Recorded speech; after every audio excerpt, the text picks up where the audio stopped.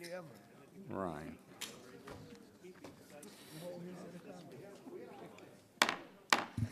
I'd like to call the hearing to order this morning, and today we can continue our hearings on the American Energy Initiative. This is actually the 28th day, and today we're going to talk about what I consider some very good news, and that is the achievability of North American energy independence, and particularly oil independence within the span of a mere decade. As a matter of fact, one of our witnesses today made the comment in a study, comprehensive study, that by the end of the decade, they estimate that new U.S. oil and gas production could add at least $200 to $300 billion in revenue, which in turn could stimulate many hundreds of billions more in economic activity, investment, and consumption, creating at least 2 and as high as 3.5 million new jobs. So after many decades of hearing that the U.S. had basically reached the end of its reserve, as a matter of fact, as recently as 2010, President Obama stated in a national address that we are running out of places to drill. And he still cites the outdated and misleading claim that we possess only 2% of the world's oil reserves. But this pessimistic view is being blown away by reality. Increased domestic oil production is already cutting into the amount we need to import from oil exporting nations, and many experts believe that this production growth can continue for years to come.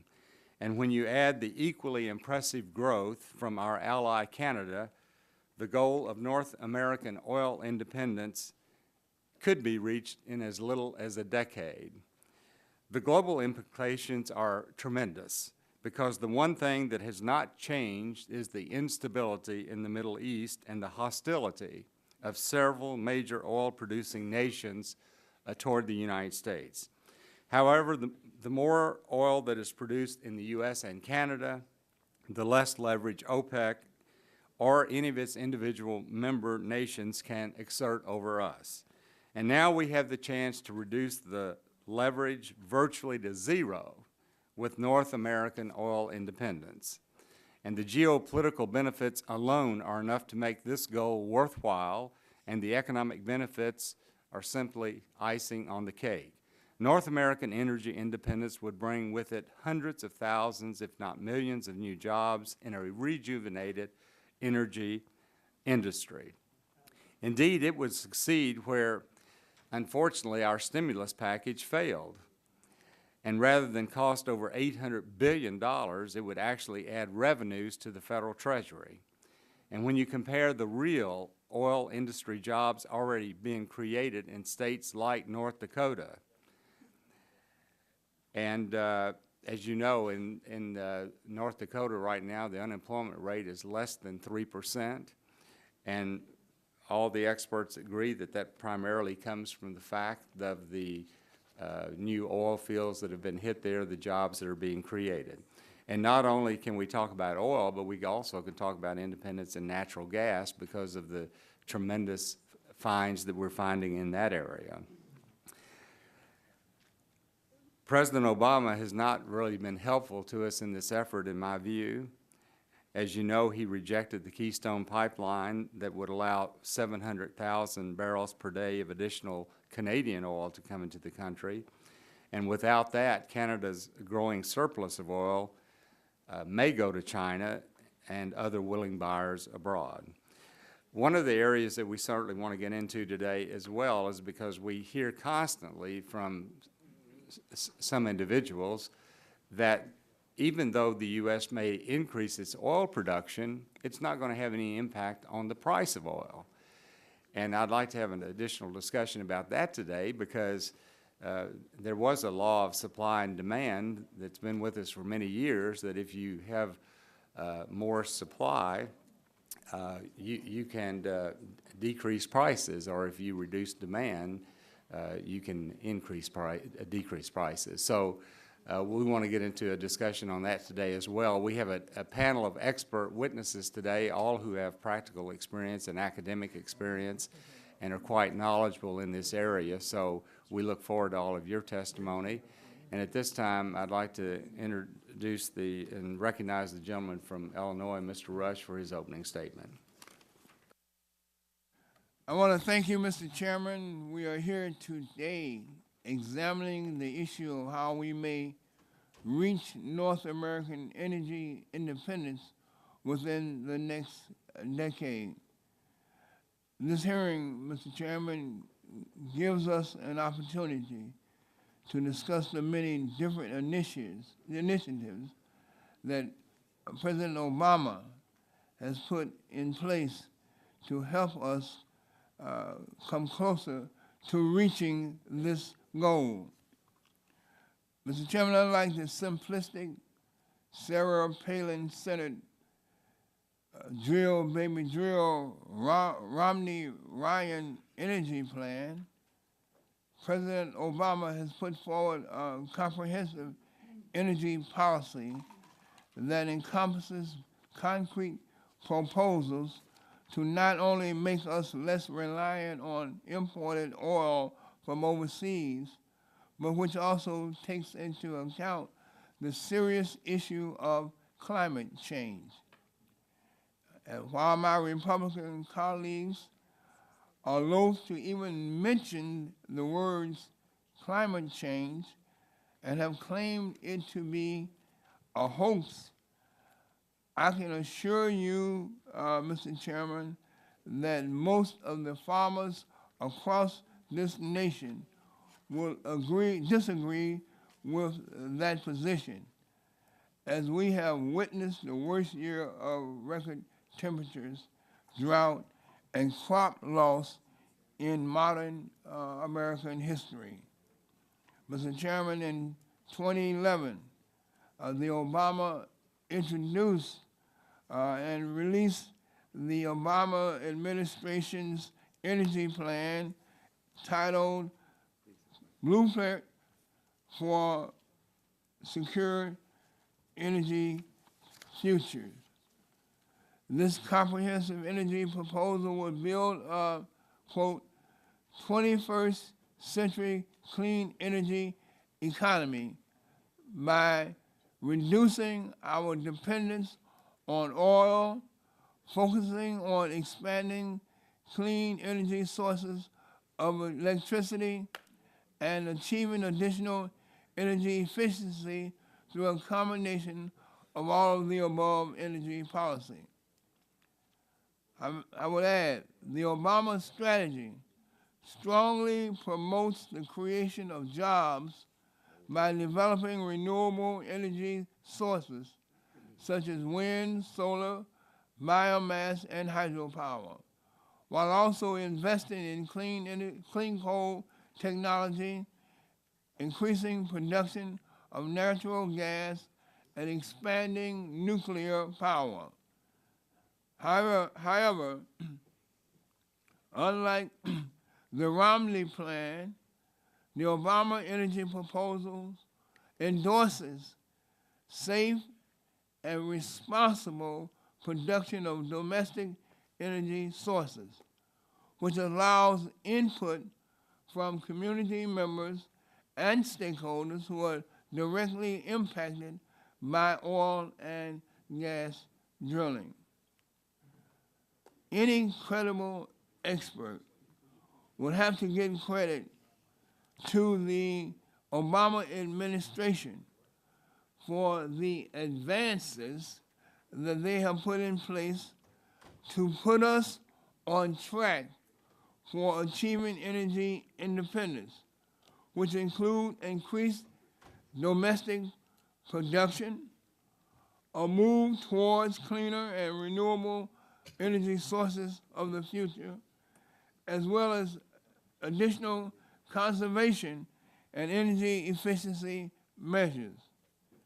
U.S. oil consumption, which peaked in 2005, dropped by more than 1.9 million barrels per day, or about 9% by 2011.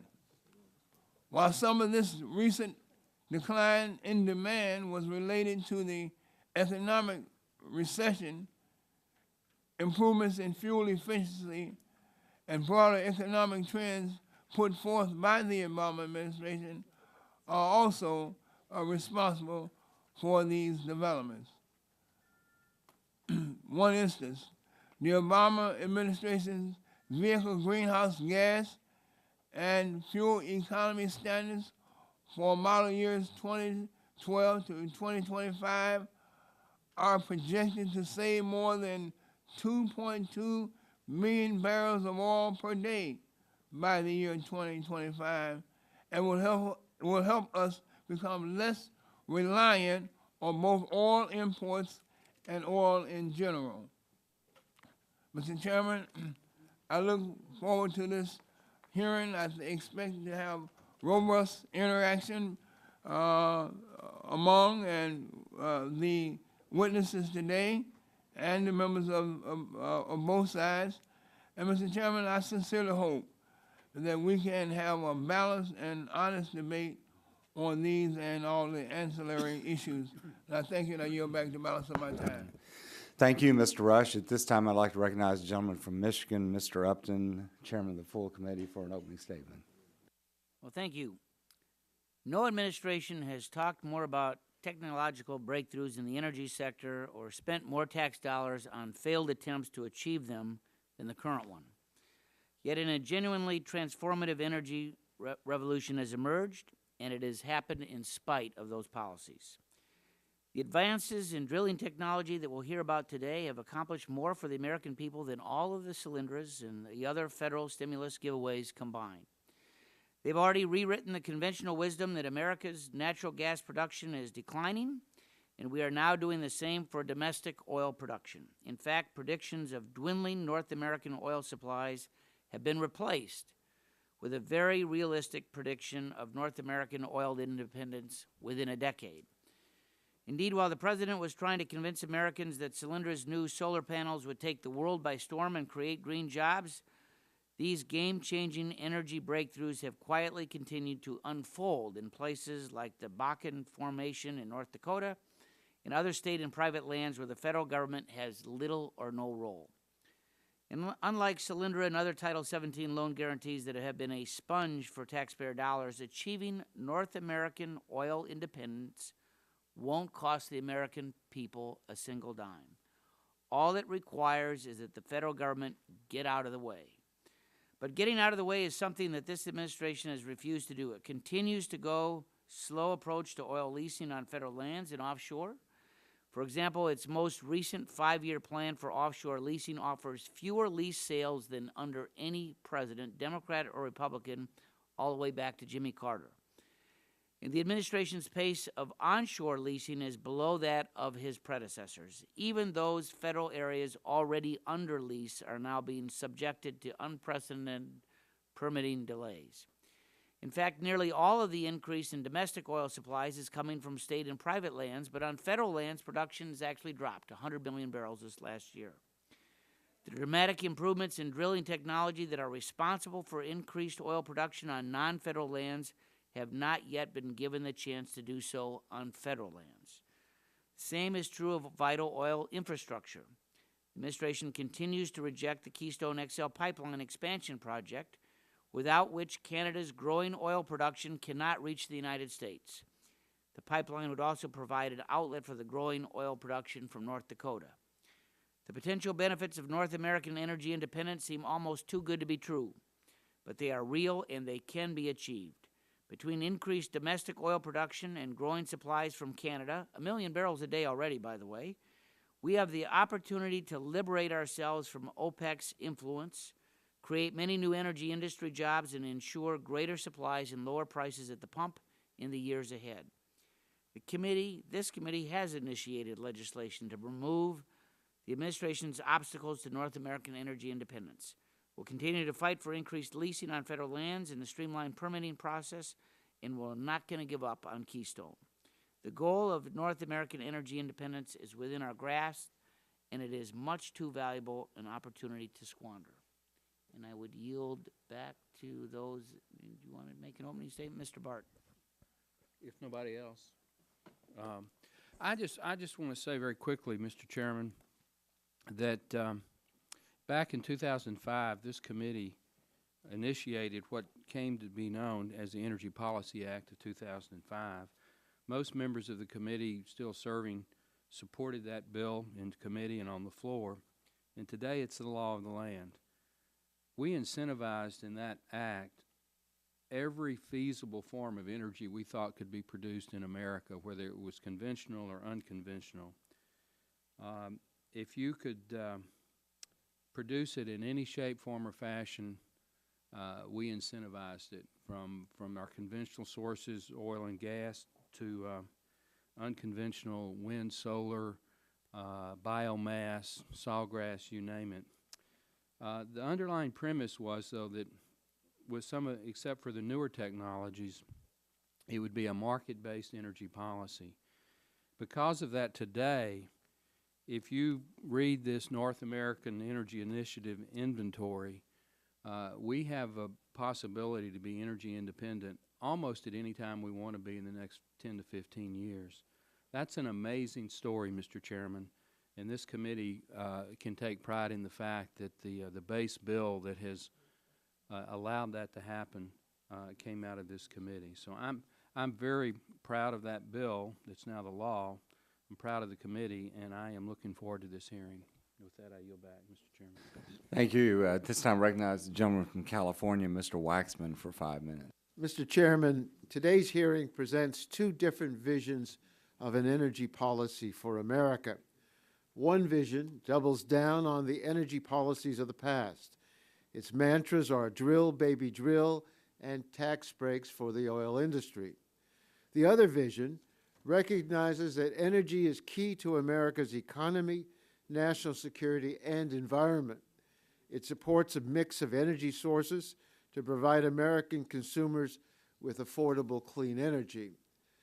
The choice is all of the above or oil above all, and the answer will affect the lives of every American. Not so long ago, we actually implemented an energy plan written by and for the oil industry.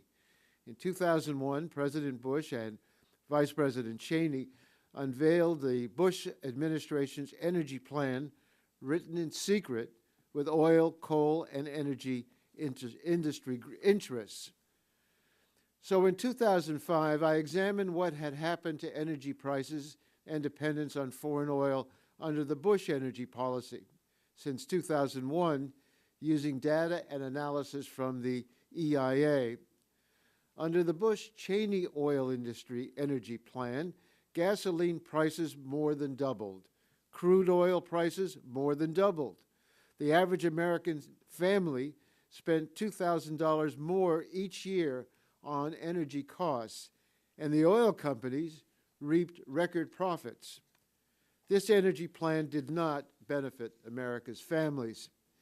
It did not boost our economy or improve our national security. It certainly did not clean up pollution or address the threat of climate change. Today we're discussing another Republican energy plan that was drafted with industry, especially the oil industry. And it's a backwards-looking plan that resurrects the Bush-Cheney policies. It calls for more tax breaks for oil companies, opening new areas to drilling, and putting the states in charge of issuing drilling permits on federal lands. The Obama administration's energy policy is fundamentally different. President Obama hasn't just promised to reduce our dependence on foreign oil, he's actually done it. For the first time in decades, we are importing less than half the oil we consume. His administration's new motor vehicle standards will save more than 2 million barrels of oil per day. And U.S. domestic oil and natural gas production has reached record highs. Perhaps most important, the Obama administration has also made investing in clean energy technologies a national priority. This committee can write our nation's energy laws, but we can't amend the laws of nature. Climate change is a reality. The nations with the strongest economies will be those that recognize this fact and build the clean energy technologies of the future. Unlike many members of this body, the Obama administration faces facts, listens to scientists, has a forward-looking vision for America, and that is why the President has invested in wind, solar, and other renewable energy sources, energy efficiency, and cleaner use of traditional energy sources. Mr. Chairman, at this point, I want to yield the balance of my time to Mr. Green.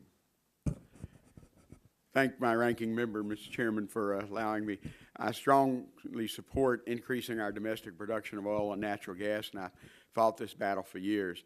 That said, I think it's misleading to debate our energy independence based on geology, technological, or economically achievable in absence of other constraints. There's always to be external factors that affect the level of production. I want to point out that according to the Energy Information Administration, under existing policies, the United States is on pace to eliminate all natural gas imports by 2020 and shrinks its net oil imports down to 38%. We're now at 34%, or 42% from what I understand, with two-thirds of those imports coming from friends in Canada and Mexico. The number is expected to drop even further thanks to the announced CAFE standards by the President's administration. We're still fairly close to the North American energy independence in 2020, regardless of what we do. I share our panelists' concern about the potential regulation on things like fracking, and I'll continue to watch the administration.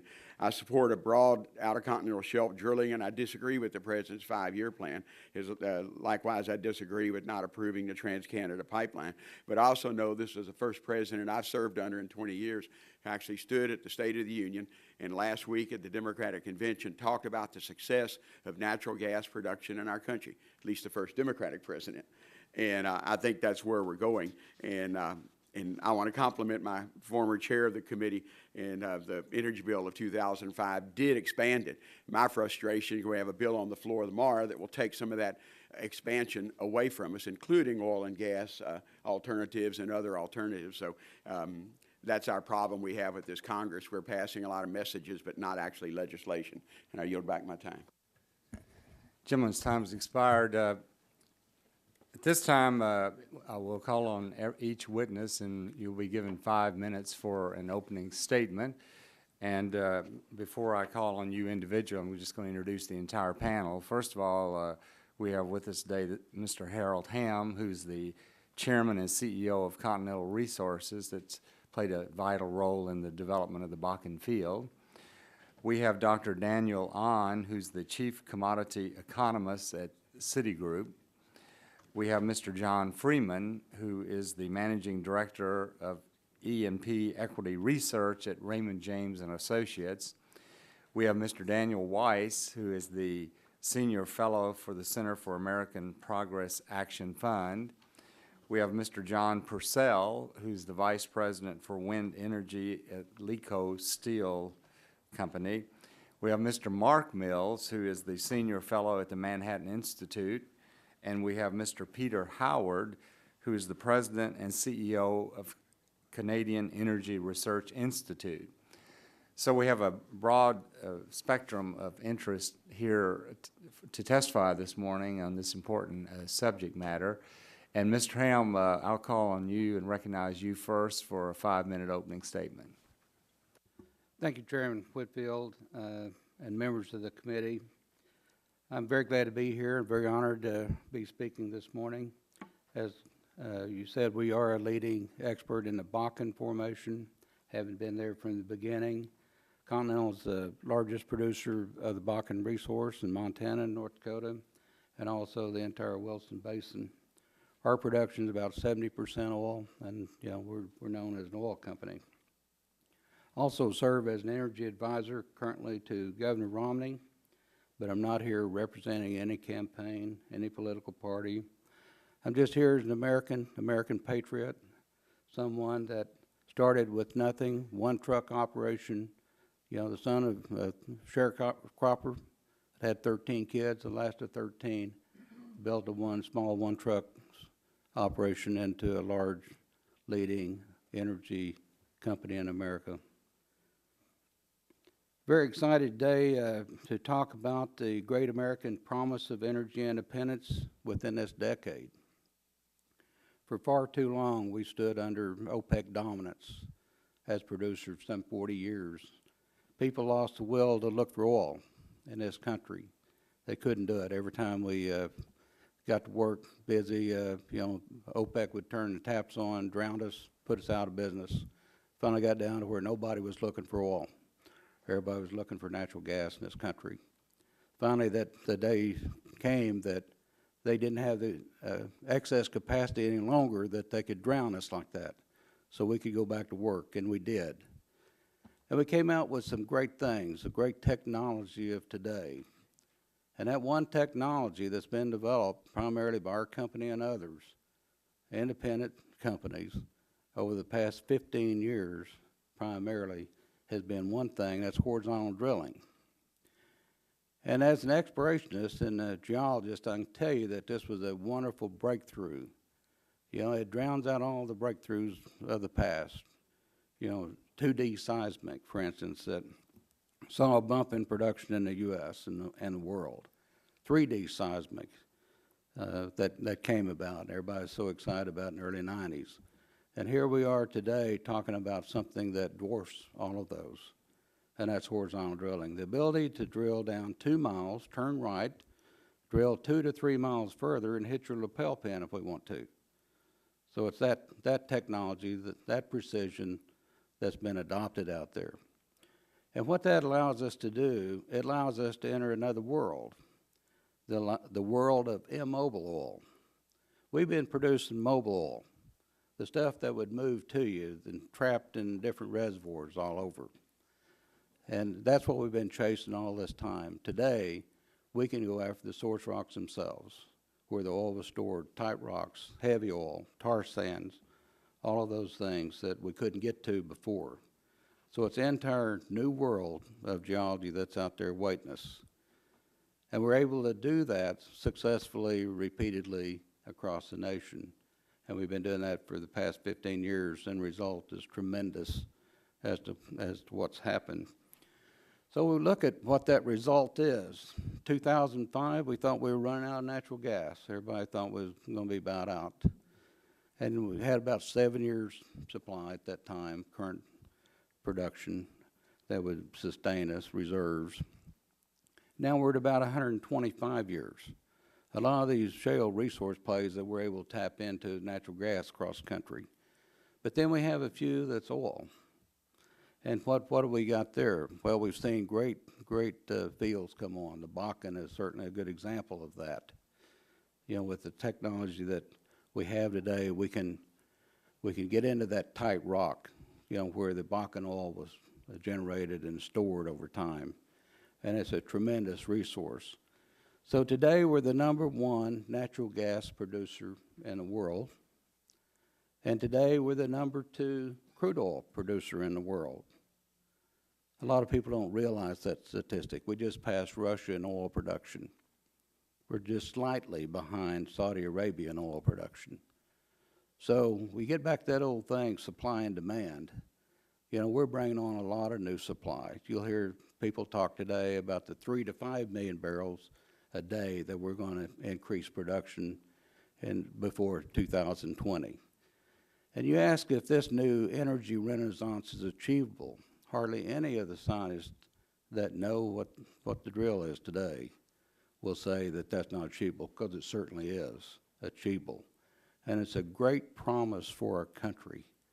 We're finally out from under OPEC dominance, and it means so much, the stability of our nation, national security, you know, the jobs, you mentioned all those things.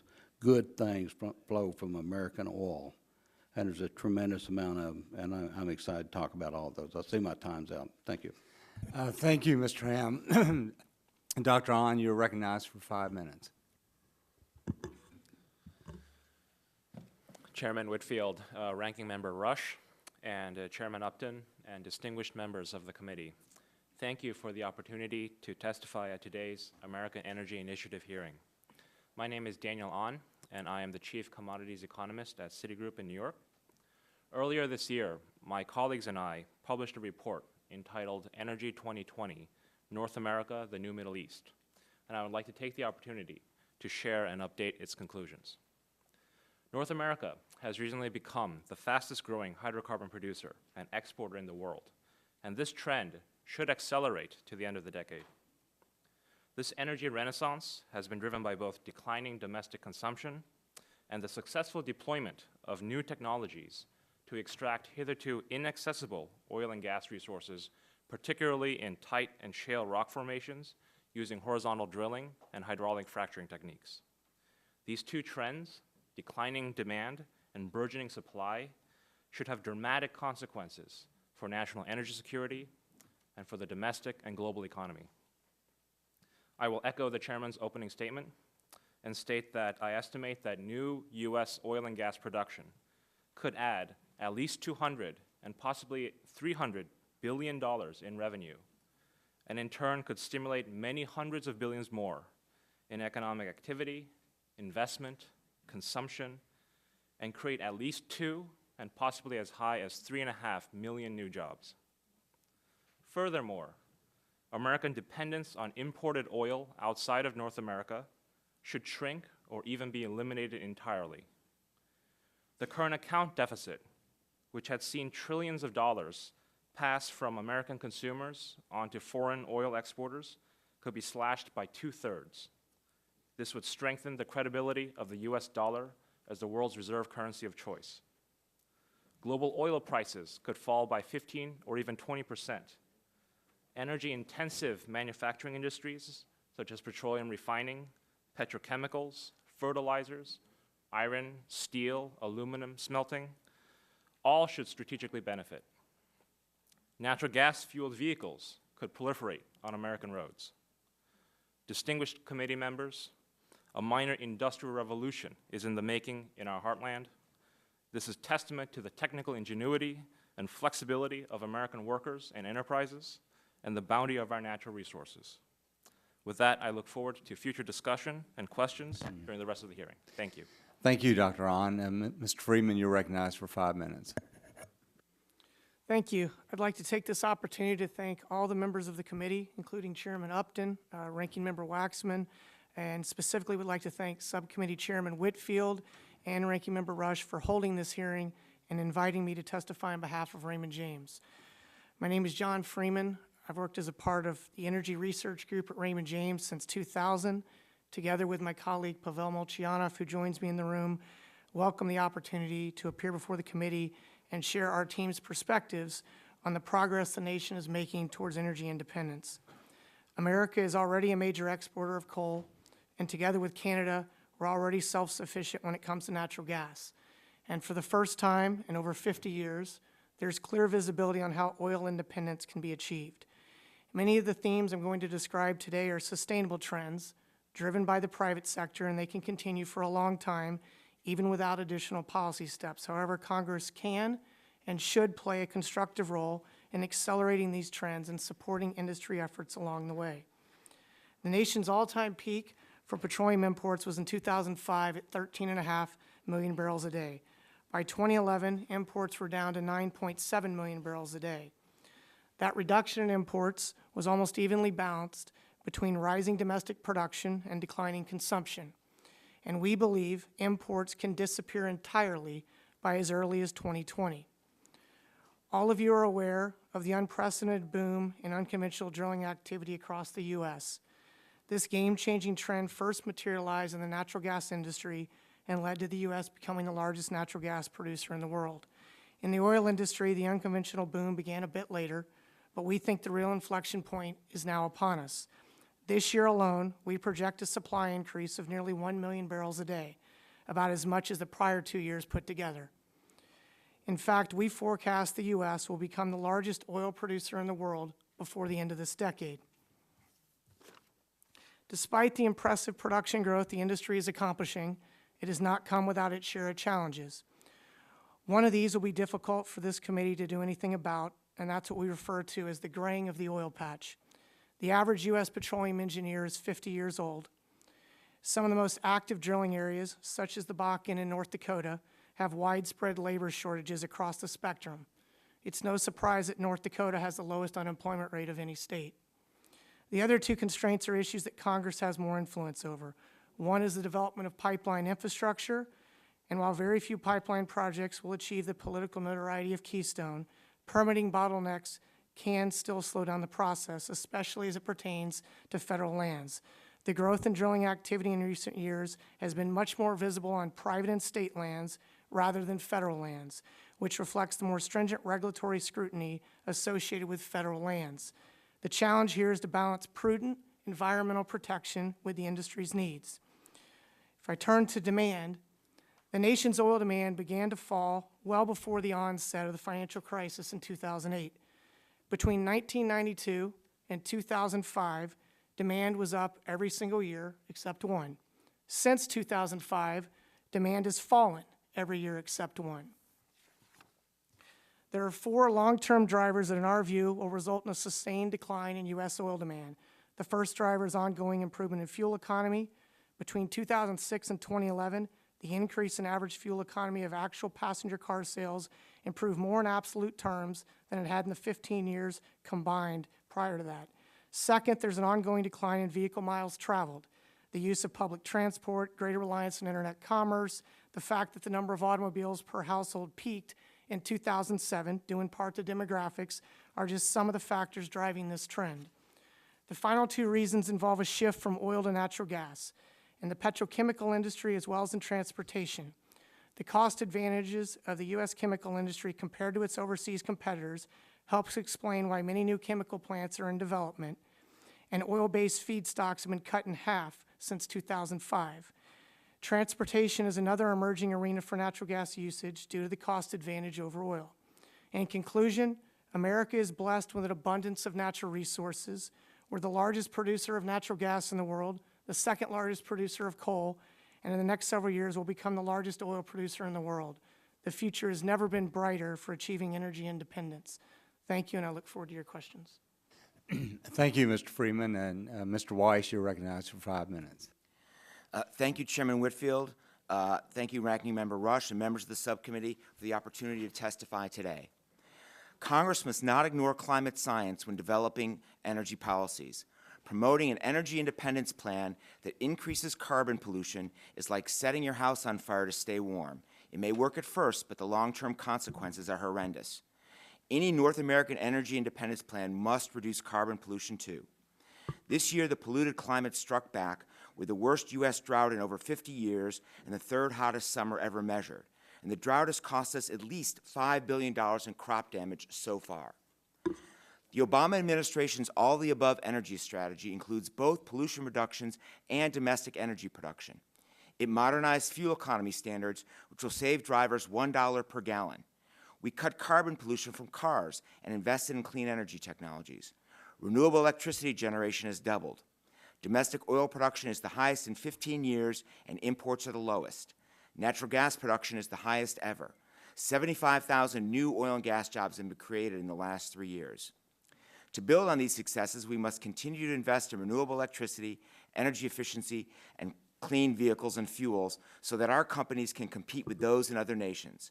Without incentives, financiers will invest elsewhere, effectively outsourcing clean energy jobs to China and other nations with more supportive policies.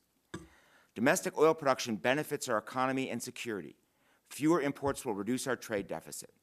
But more domestic production won't do much to lower prices at the pump because gasoline prices are mostly based on oil prices that are set on a world market controlled by the OPEC cartel.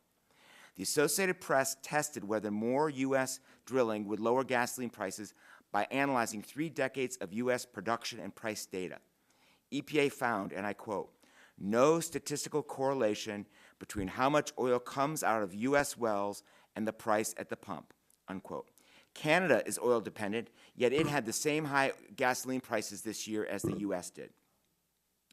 Contrary to some claims, expansion of drilling into protected public lands and waters would have little impact on gasoline prices.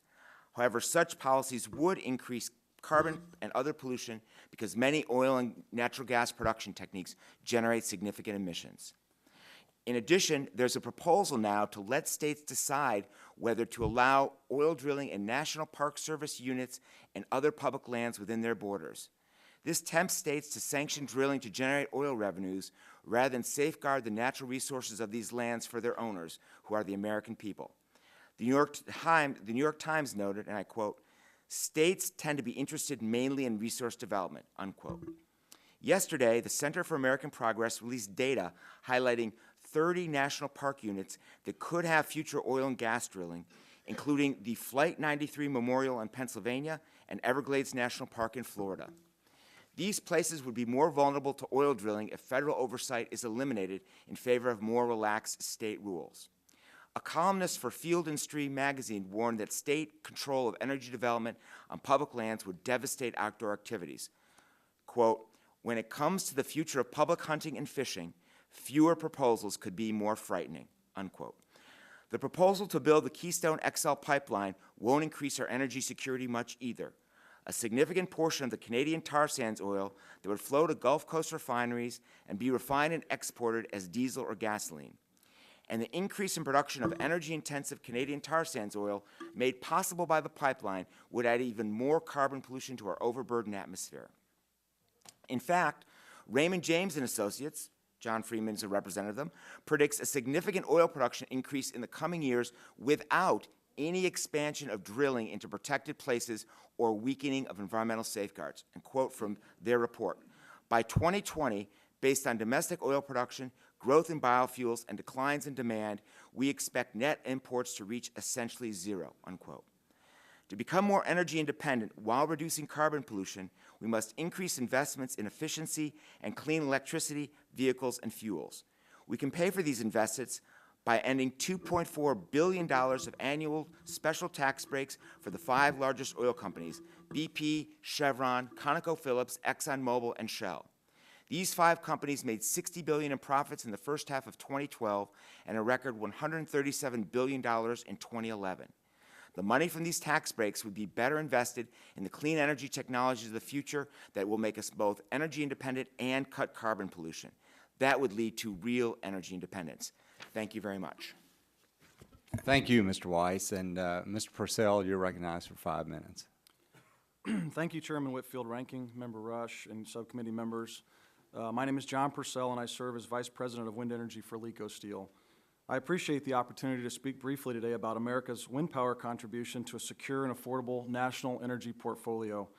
I would especially like to focus on the impact on LECO Steel and the U.S. wind energy sector due to the impending expiration of the Renewable Energy Production Tax Credit, the PTC.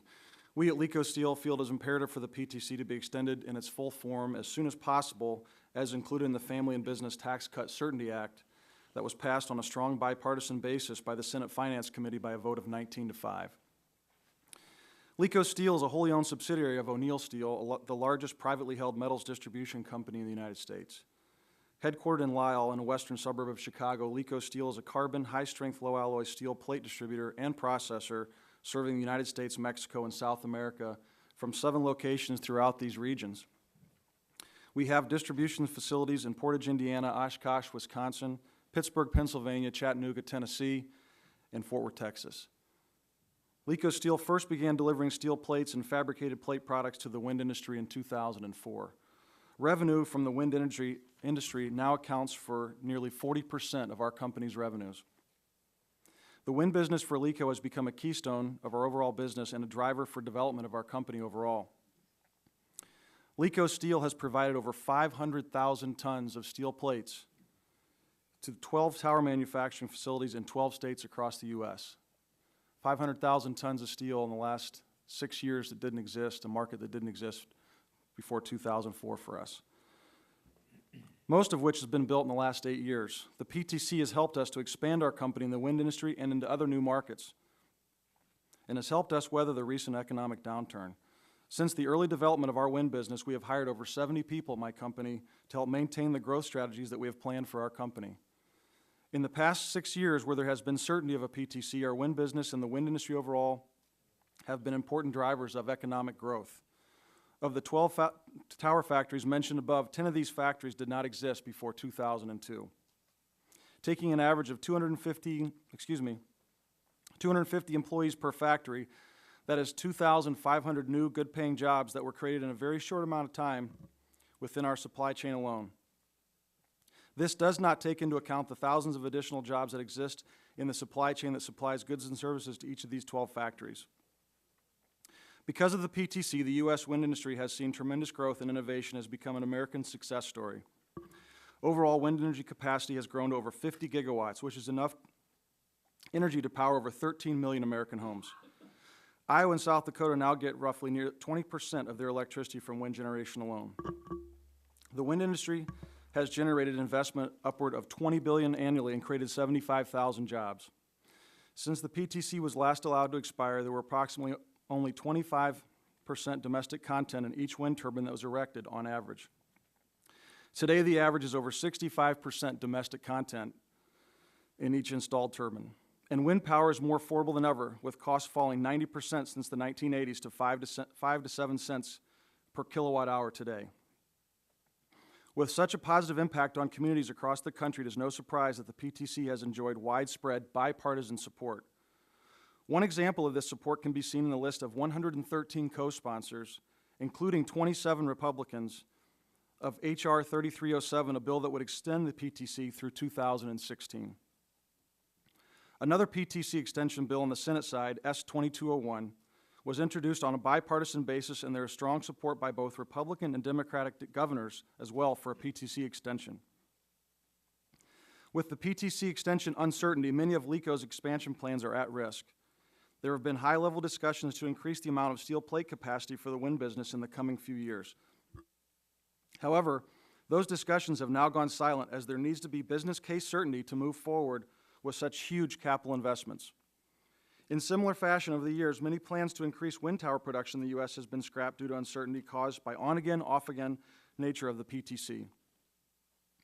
As a result, the wind industry as a whole is already seeing massive layoffs. Many plans to add existing facilities or invest in new facilities are on indefinite hold, or again, have been scrapped altogether. Industry-wide, 37,000 jobs will be lost if the PTC is not extended immediately. It's my opinion that the supply chain was built for the wind industry and billions of dollars were invested in it because companies expected a long-term PTC that would allow for stable growth in the wind business for many years to come. Major factories have been established from coast to coast, and many North American headquarters have been established in such cities as Portland, Chicago, and Denver. Without an extension of the PTC, all these assets are at premium risk or being shuttered or downsized dramatically. With an immediate extension of the PTC, the development and construction of these turbines can continue as planned. The tens of thousands of jobs that can be created with this extension will allow the wind industry not only to continue to be a leader in job creation, but help secure our nature's energy future by diversifying America's energy mix and locking in stable power prices over a long time frame. The PTC is also crucial for regaining our nation's leadership in new technology and innovation that will help keep our economy competitive. The wind industry is on the verge of becoming competitive without the PTC, but failing to extend it immediately would prevent us from finishing the job. Again, thank you for the opportunity to be here today. I look forward to answering your questions. Thank you. Thank you, Mr. Purcell. Mr. Mills, you're recognized for 5 minutes. Thank you, Mr. Chairman. Thank you, Mr. Chairman, and thank you to the committee for the opportunity and the honor of testifying before you today. As you know, I'm Mark Mills, a senior fellow with the Manhattan Institute. I've spent almost all of my career as a technologist, as a practitioner, an analyst, and fundamentally, in recent decade, a forecaster of technologies. We're at an interesting turning point technologically in the energy arena that no one expected us to arrive at any time in the last 5 decades. But let me put into context, if I may, the idea of energy independence that we've been talking about since 1973 from the first Arab oil embargo. The idea of energy independence is not one of isolationism for the United States. I would suggest that we consider independence in the same context as we're interdependent of food and agriculture. The United States is the single largest supplier of grains to the world. We provide 40% of the world's trade in grains. That provides America with all of the associated revenue benefits, trade, jobs benefits. It's of enormous value to this country. Technology is now doing for the American energy and fuel sector what happened to the agricultural sector. It's a revolution of profound proportions and suggests something that can be done that we have never considered for decades. It's a complete reversal of the energy paradigms that were put in place and what formed policies for the last 4 decades. These are paradigms that everybody knows were based on the idea of shortages and limits and rising imports. We can now think realistically, as you've heard from the number of the witnesses this morning, we can think realistically not just in terms of a dramatic continual increase on hydrocarbon production in the United States. We could accelerate and incent that and become a net energy exporter to the world and become, within less than 2 decades, probably within a decade, the world's largest supplier of hydrocarbons and fuels, just as we're now the world's largest supplier of food. You've already heard from a number of witnesses, and there are at least a half dozen excellent reports, including that from Citi and Raymond James, that point out that we are, in that context, on track to generating millions of jobs from this kind of trajectory and probably trillions of dollars of net economic benefit to our economy. All of these analyses have been done in the context of business as usual. If we leave the industry alone, it will continue to generate these benefits. I would like to suggest this morning that that's not adequate to the times. It's not adequate to the task or the opportunity. I know that we have, in the general political discourse, made fun of the idea of drill, baby, drill, but it is a practical reality that the infrastructure of the hydrocarbon industry is now capable of generating more jobs and more economic benefits to the U.S. economy than any single activity we could incent in the entire economy.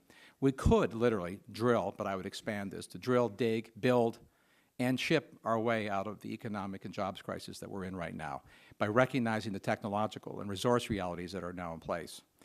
No one expected this. Any time in the last 40 years, nobody expected this even 5 years ago.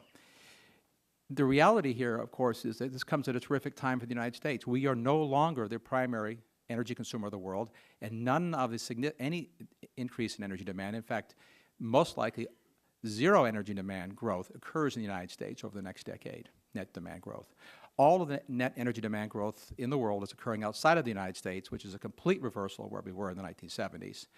The world will add to its demand over the next 2 decades the equivalent of adding 2 United States worth of energy demand. And it will occur without regard to anything that occurs in the United States within our borders or in North America. We now have the opportunity to help fuel that hungry world. 85% of the world's energy is currently in hydrocarbons, and essentially all of the, or majority of all the growth in demand will come from hydrocarbons over the next 2 decades. There's a very significant role for non-hydrocarbons, but the majority will be hydrocarbons. So the United States is sitting here at an interesting turning point. We could see this enormous opportunity to produce and fuel the world and generate millions of jobs in America and generate trillions of dollars of net economic benefit, or we could choose not to do so. I would suggest that the issue that should be considered is not how do we not impede the industry from continuing to bring this very happy circumstance of becoming the world's fastest growing hydrocarbon province. How do we accelerate that? How do we accelerate those economic benefits, the benefits to the world, to our economy, and fundamentally reset the geopolitics of the energy economy for the entire world? Thank you, Mr. Chairman. Thank you, Mr. Mills, and Mr. Howard, you're recognized for 5 minutes. Thank you, Mr. Chairman. My name is Peter Howard, and I am President and CEO of the Canadian Energy Research Institute, located in Calgary, Alberta, Canada. The Canadian Energy Research Institute is an independent, not-for-profit research institute specializing in the energy economics of energy production, transportation, and consumption sectors. The central goal of CERI is to bring the insights of scientific research, economic analysis, and practical experience to the attention of government policymakers, business sector decision-makers, the media, and the general public. CERI is funded by the Government of Canada, the Government of the Province of Alberta, the Canadian Association of Petroleum Producers, and the Small Explorers and Producers Association. CERI has published several reports that deal with the economic analysis and short to medium-term forecasts of hydrocarbon production from the Canadian provinces and territories, including conventional oil, conventional gas, coal bed methane, unconventional gas, oil sands, LNG, and natural gas liquids. These reports are all available on CERI's website and are the basis of my comments today. With respect to liquid hydrocarbons, in 2011, Canada's average daily production was made up of the following. From Western Canada, light crude was 562,000 barrels, condensate 128,000, conventional heavy 422,000, upgraded bitumen or SCO at 846,000, non-upgraded bitumen at 759,000, and from Eastern Canada, primarily Newfoundland, conventional light at 272,000 for a total of 2,989,000 barrels per day average. In 2011, Canada's average daily exports was 2,138,000, of which 98% of those volumes went to the United States. Canada's conventional oil production, light and heavy, peaked in the mid-70s at 2.2 million barrels per day and has seen a steady decline since that point until very recently. In 2010 and 2011, the year-over-year production rate actually increased. The reason? Applying horizontal drilling technology to old oil fields to access bypassed oil and increase recoverable oil percentage. During those years, the numbers of oil-directed wells increased from 1,647 wells in 2008 to 4,339 wells in 2011, with horizontal wells being 60% of the total. Ceres conventional oil model is forecasting a conservative increase in conventional oil of 200,000 barrels per day by 2015 and an optimistic increase of 300,000 barrels. The Alberta oil sands currently produce on average 1.618 million barrels per day, with 60% sourced from mining operations and 40% from in-situ operations. Production ramp-ups and debottlenecking efforts over the next 2 years will expand production to 2.2 million barrels per day. An additional 408,000 barrels per day is scheduled to be connected from projects that are currently under construction and due on stream in and about 2015. Additional volumes of 1.3 million barrels per day and another 1.3 million barrels per day on top of that are either have their regulatory approval or are waiting for their regulatory approval. And on top of all that, there's a further 1 million barrels per day from projects that have been announced that have not gone before the regulator. Total potential from the oil sands is around 5.3 million barrels per day. In other words, there's 2.5 million barrels or 5 pipelines of production that is considered landlocked and is looking for a pathway to either an existing market or a new market. The current export capacity of pipelines from the WCSB from an operational point of view is 3.45 million barrels per day. Add to this 2 projects that Enbridge Pipelines is currently undertaking to increase capacity on lines 67 and 61 of totaling 200,000 barrels per day. Total export capacity by 2015 and forward will be around 3.65 million barrels per day. In 2012, the Trans Mountain Pipeline System connecting Alberta to Vancouver was 60% oversubscribed. By 2016, Ceres is forecasting that the export pipelines connecting Alberta to the United States will be approaching an oversubscribed situation. Some possible relief from railways is envisaged by transporting upwards of 200,000 barrels per day to market, which would shift that point to about 2018. There are 3 possible pipeline projects that are on the books: the Keystone XL, Trans Mountain Expansion, and the Northern Gateway. In addition to those, there's 3 other proposals. The first one is Enbridge's Line 9 to reverse that and change the flow direction from Sarnia, Ontario to Montreal, Quebec. Total volume would be 240,000 barrels per day, and this would be conventional crude sourced out of Alberta and Saskatchewan. TransCanada has also proposed converting one of the Canadian mainline gas pipelines over to oil and bitumen service. This would connect Western Canada to all of the Eastern Canadian refineries, including the Irving Refinery in New Brunswick. The Port of Churchill, Manitoba is currently ice-free for 9 months of the year, and this is being investigated as a potential pipeline connection and tanker port. I see that my time has come up, so I will belay my comments with regard to natural gas and secede to the chairman. Thank you. Well, Mr. Howard, thanks very much, and I want to thank all of you for your testimony. The testimony was quite enlightening, and when you think about a few years ago, as has been said, we all were sort of wringing our hands about being able to meet the energy demands not only of our country, but the increasing energy demands around the world. And to hear this optimistic testimony today is something I think all of us can feel very good about. Dr. Ahn, you even mentioned the word a minor industrial revolution. Would you just elaborate on that a little bit for me? I love that term, minor industrial revolution. Thank you, Chairman. I would be happy to. Indeed, the scale and the promise to our economy, which is still struggling to recover from the aftermath of the 2007-2008 recession, is staggering enough that industrial revolution might be the appropriate phrase to put it. As I mentioned, we are seeing $200 to $300 billion in activity just from the oil and gas revenue alone. But because our economy is still substantially far away from what it has the potential to produce and the number of jobs that it can potentially support, this energy revolution can serve as that trigger, as that stimulus to push our economy back toward or even beyond potential output. And how many new jobs did you estimate maybe by the end of the decade? Yes, the specific estimates are 2 to 3.3 million jobs. About 1 would be in the energy and the manufacturing sector, and then the remainder would come from multiplier effects, as economists would term it, as this new energy boom ripples through the rest of the economy, creates virtuous cycles of consumption, investment, and so And did you or Mr. Freeman make any estimates on the amount that we could reduce our trade deficit by the end of the decade? I'm sure Raymond James has something, but our estimates, my estimate was for the U.S. current account deficit to be reduced by 2/3. Mr. Freeman? We looked a couple years ago, half of your trade deficit was importing oil.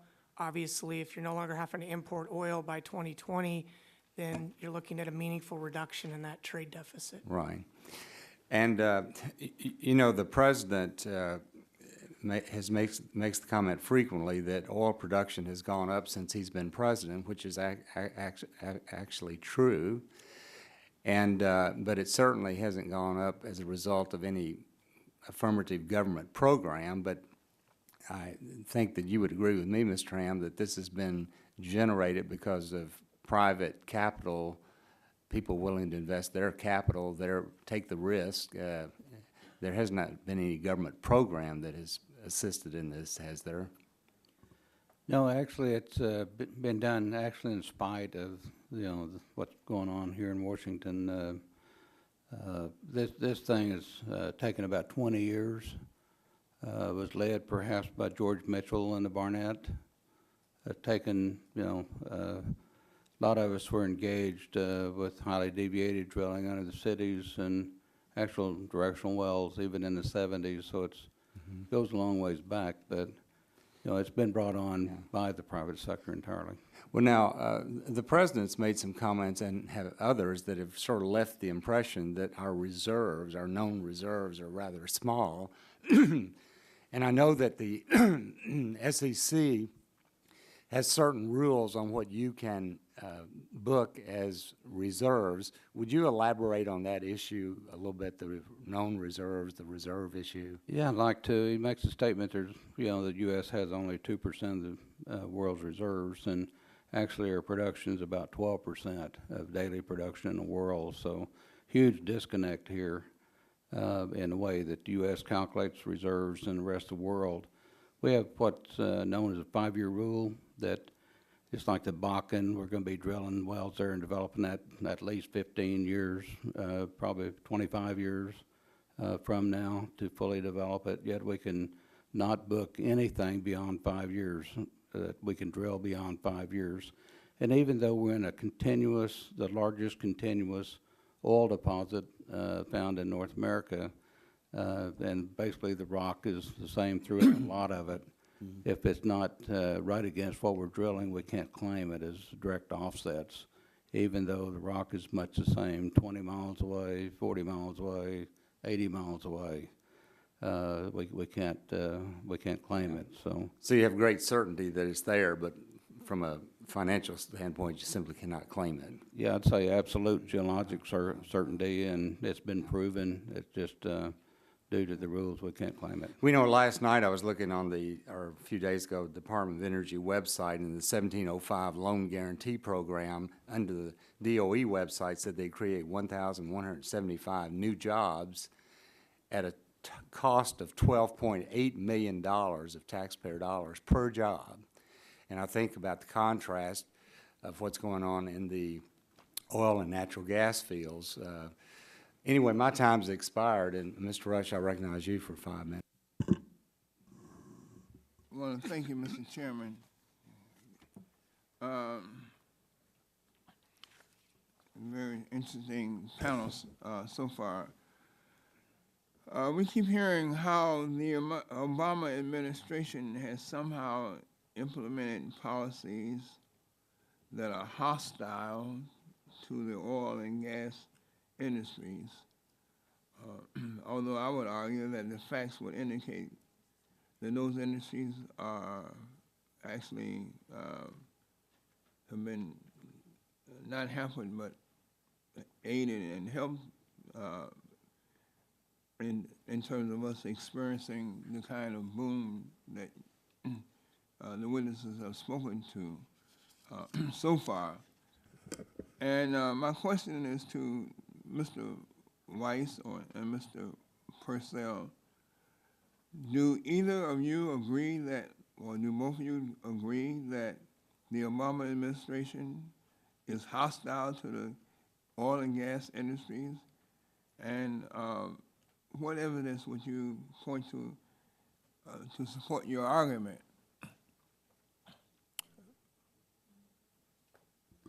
Thank you, Mr. Rush. First, let me just, I want to address something that Mr. Whitfield, Chairman Whitfield just asked about, which is, has there been government support for oil development on private lands? And in fact, I believe in Mr. Ham's written statement, he talks about the value of the tax treatment of investments in drilling, where they get a tax break for intangible drilling costs, and I would personally classify that as a form of government support. Now, to answer your question, I think the only, some in the oil industry may argue that the administration has been hostile to the oil industry because they have issued new standards for worker safety and environmental safety on oil rigs in the wake of the BP oil disaster. I think that's an incredibly positive development, and in fact, the predictions of all the oil growth that Raymond James and Citigroup have made all assume that those new rules are going to be implemented, yet we're going to have this explosion in oil production, yet with the production of which offshore is going to be much safer for the workers and for the environment. So I would see that as a plus of what we've done. Other thing that the administration is focused on is eliminating tax breaks, some of which go back to 1916, that benefit the oil industry, that were appropriate at the time that the oil industry was new and starting out, but now is unnecessary. And I would argue that the $2.4 billion that goes to the big 5 oil companies in tax breaks every year could be better spent on things like extending the production tax credit for wind energy, which is a new industry in the way that oil was new 100 years ago. Right. I want Mr. Purcell, you want to try your hand in this, please? I can. I can't speak as much to the oil and gas industry in Mr. Obama's position on that as I can his position in carrying on the production tax credit for renewables, including Yeah, wind. let me ask you this question then. Sure. Why should Congress invest in renewable energy and wind in particular? And what are the benefits in terms of decreasing our reliance on foreign oil, as well as in creating jobs and putting Americans back to work? Yes, sir. I think part of my testimony lends to that policy and the continuation of the production tax credit. We've created over 75,000 jobs in a very short amount of time, and 37,000 of those are in manufacturing jobs, of which I serve. We've had $15 billion of private investment in the wind industry on average over the last 4 years. So there's a tremendous amount of private investment in the wind industry as well. However, with uncertainty with the PTC, both those manufacturing jobs and that investment is at risk today. In fact, most of the developers of wind farms and wind turbines aren't investing money for next year because of the impending expiration of the PTC. So as recently as yesterday, there was another announcement, another one of the customers that I serve having to close their wind tower factory in Columbus, Nebraska, in the Freda, Washington. And last week, DMI Industries announced closing of 3 facilities, of 2 of which are in the United States, 1 in North Dakota and 1 in Oklahoma, because of the uncertainty of the PTC. So, how many jobs are affected with the closures? with those 5 factories, at peak employment 2 years ago were roughly 1,500 jobs in those factories alone. And those are just 2 examples recently in the last 2 weeks of plant closures due to the uncertainty of the PTC.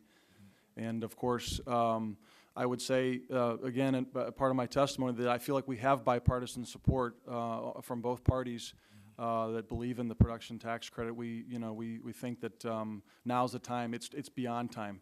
And so we appreciate the President's support of the PTC very publicly.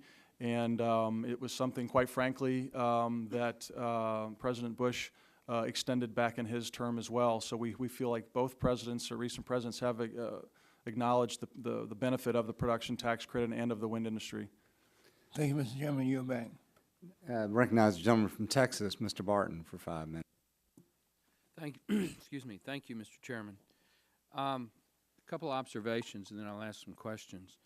You know, some of the opponents of our current market-based energy policy keep harping on the fact of the scarcity issue. And the chairman, in his questions, asked a question about the reserve base to Mr. Ham.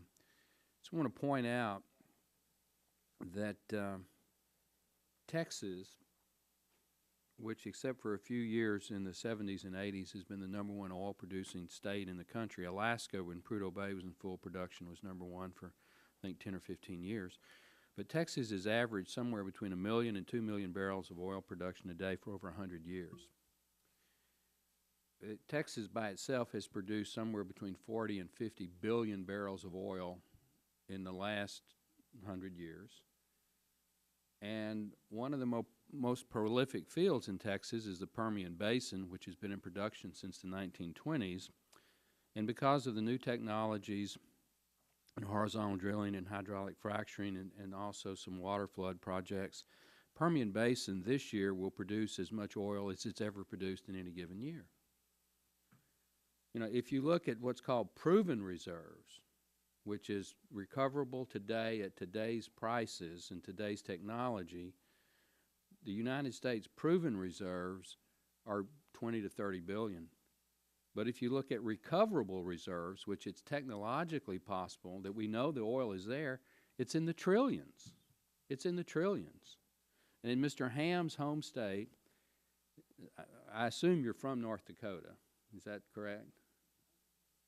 Well, I'm sure there are a lot, but I'm actually from Oklahoma. You know, from Oklahoma. But your oil company is in North Yes. Dakota. Yes.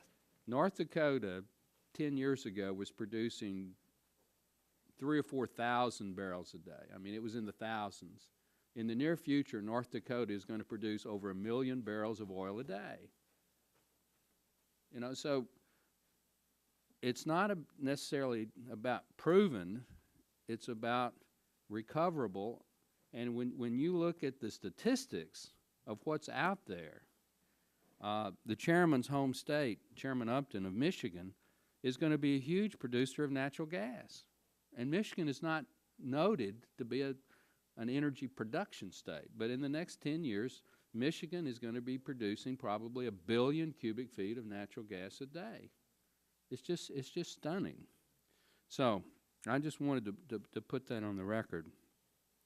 I want to ask Mr. Purcell, who I have great sympathy for. You're here talking about the wind credit, I believe. And in the 2005 Energy Policy Act, I supported the inclusion from the Ways and Means Committee of the wind credit that you talked about. However, today I don't. And the reason is because 7 years ago, wind was an emerging technology and we didn't have a lot of wind production. Well, today we do. And the cost per kilowatt hour of wind is very competitive now, less than 10 cents kilowatt hour. You know, in Texas, where we have an intrastate deregulated market, we have wind projects which are selling power into the grid at negative prices because they get the 2.3 cent wind tax credit. So I believe that wind power is now a conventional source and a mature industry, although it's still growing, which is a good thing, and it's not acceptable to spend $1 billion to $1.5 billion a year on tax credits. What's your response to that? Like, I appreciate your comments, and I can't speak to the negative pricing. I'm a steel guy, so you'd have to ask somebody a lot smarter than me about that as far as the electricity going back in from western Texas. However, I do know that your state did provide a leadership role in wind under Governor Bush, started the wind initiative in the state of Texas, and today you have the most installed megawatts of any state in the country, over 10,000 megawatts of installed power, getting 8% of your electricity generation in Texas from wind power. So it has been a wonderful thing. We appreciate your support in 2005, and sorry you don't feel the same way today. However, as a steel provider to this industry, and speaking, I think from the industry as a whole, we don't feel like we've completely finished the job, and we need the production tax credit extended for a certain period of time to help us finish the job. We have brought down the cost of wind power to where it is competitive over a 20-year power purchase agreement. It's the only power that I know of that can offer a utility a sure price of fuel for 20 years because, of course, the wind is free.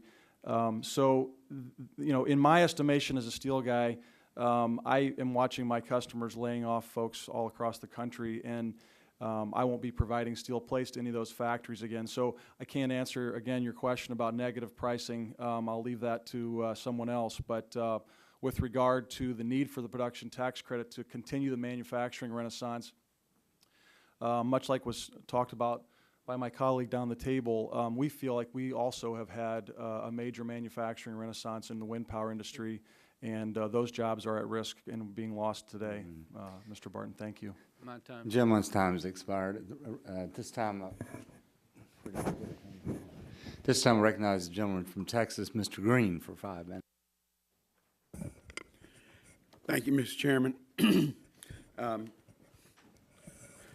Ms. Hahn, Mr. Freeman, both of you note how increased domestic production would bring down the price of oil in the next 10 years. Yet, petroleum and gasoline prices are set by a complex mix of factors, including global crude prices, increased world demand, refining capacity, maintenance schedules, gasoline imports, prescriptive fuel mandates, and geopolitical events. Unfortunately, these factors are beyond our effective control.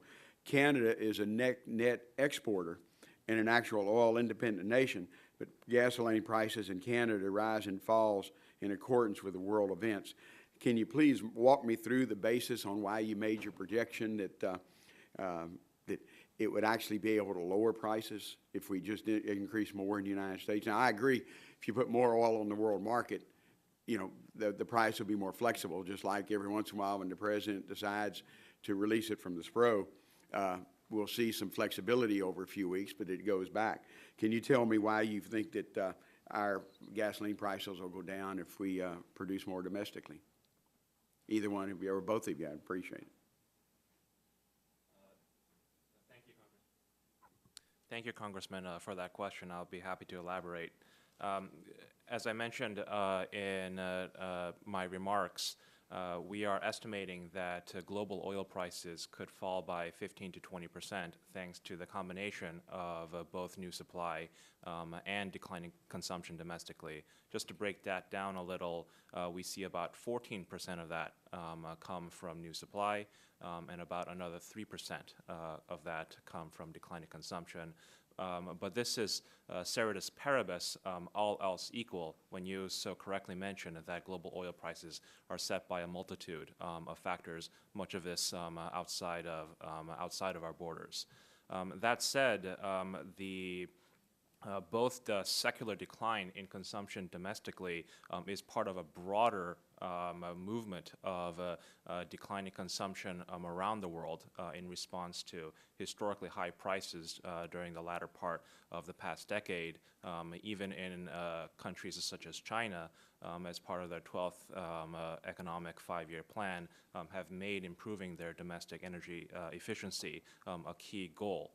So we will be seeing both a broad trend of declining consumption around the entire world, at the same time as we see not just a burgeoning supply coming from the U.S. and North America, but also from the Middle East, from Africa, from Australia, from Brazil, even the resurgence of supply from traditional sources such as Iraq, Russia, et cetera. So the United States is at the heart and at the forefront of this revolution, but it is a global revolution in which we should see substantially lower prices. Mr. Freeman, I only have less than 2 minutes. Do you basically agree with that it's both increased production, not in just the United States, but potential in other countries, but also substantial reduction in demand?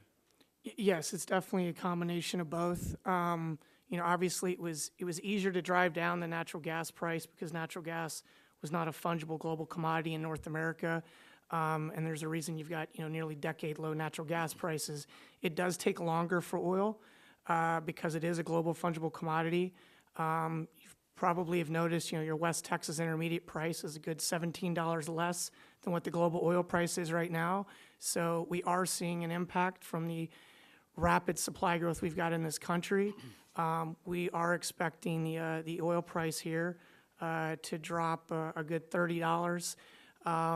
Now, there will be times when OPEC may respond and cut production, and that will temporarily pop up the price again. Okay. Let me cut you off because I only have 45 seconds left, and I have a number of other questions. So, but you know, not only production, which I support, expanded domestic production, offshore and onshore, but also what Canada possibly brings in. But one of the issues I have, and I had a great trip, by the way, to Alberta a couple of weeks ago to see the oil sands and the success that they're having. We would like to get that to our 5 refineries, but 1 million barrels a day sounds great.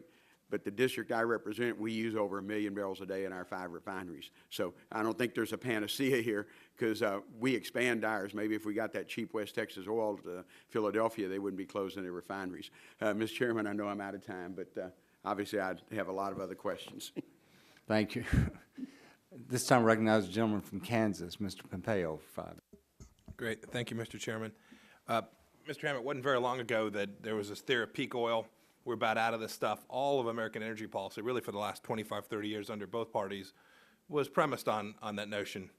Any validity to the fact that you're wrong, that what we've heard from these economists today is wrong, and that we do have this challenge in front of us in the near term?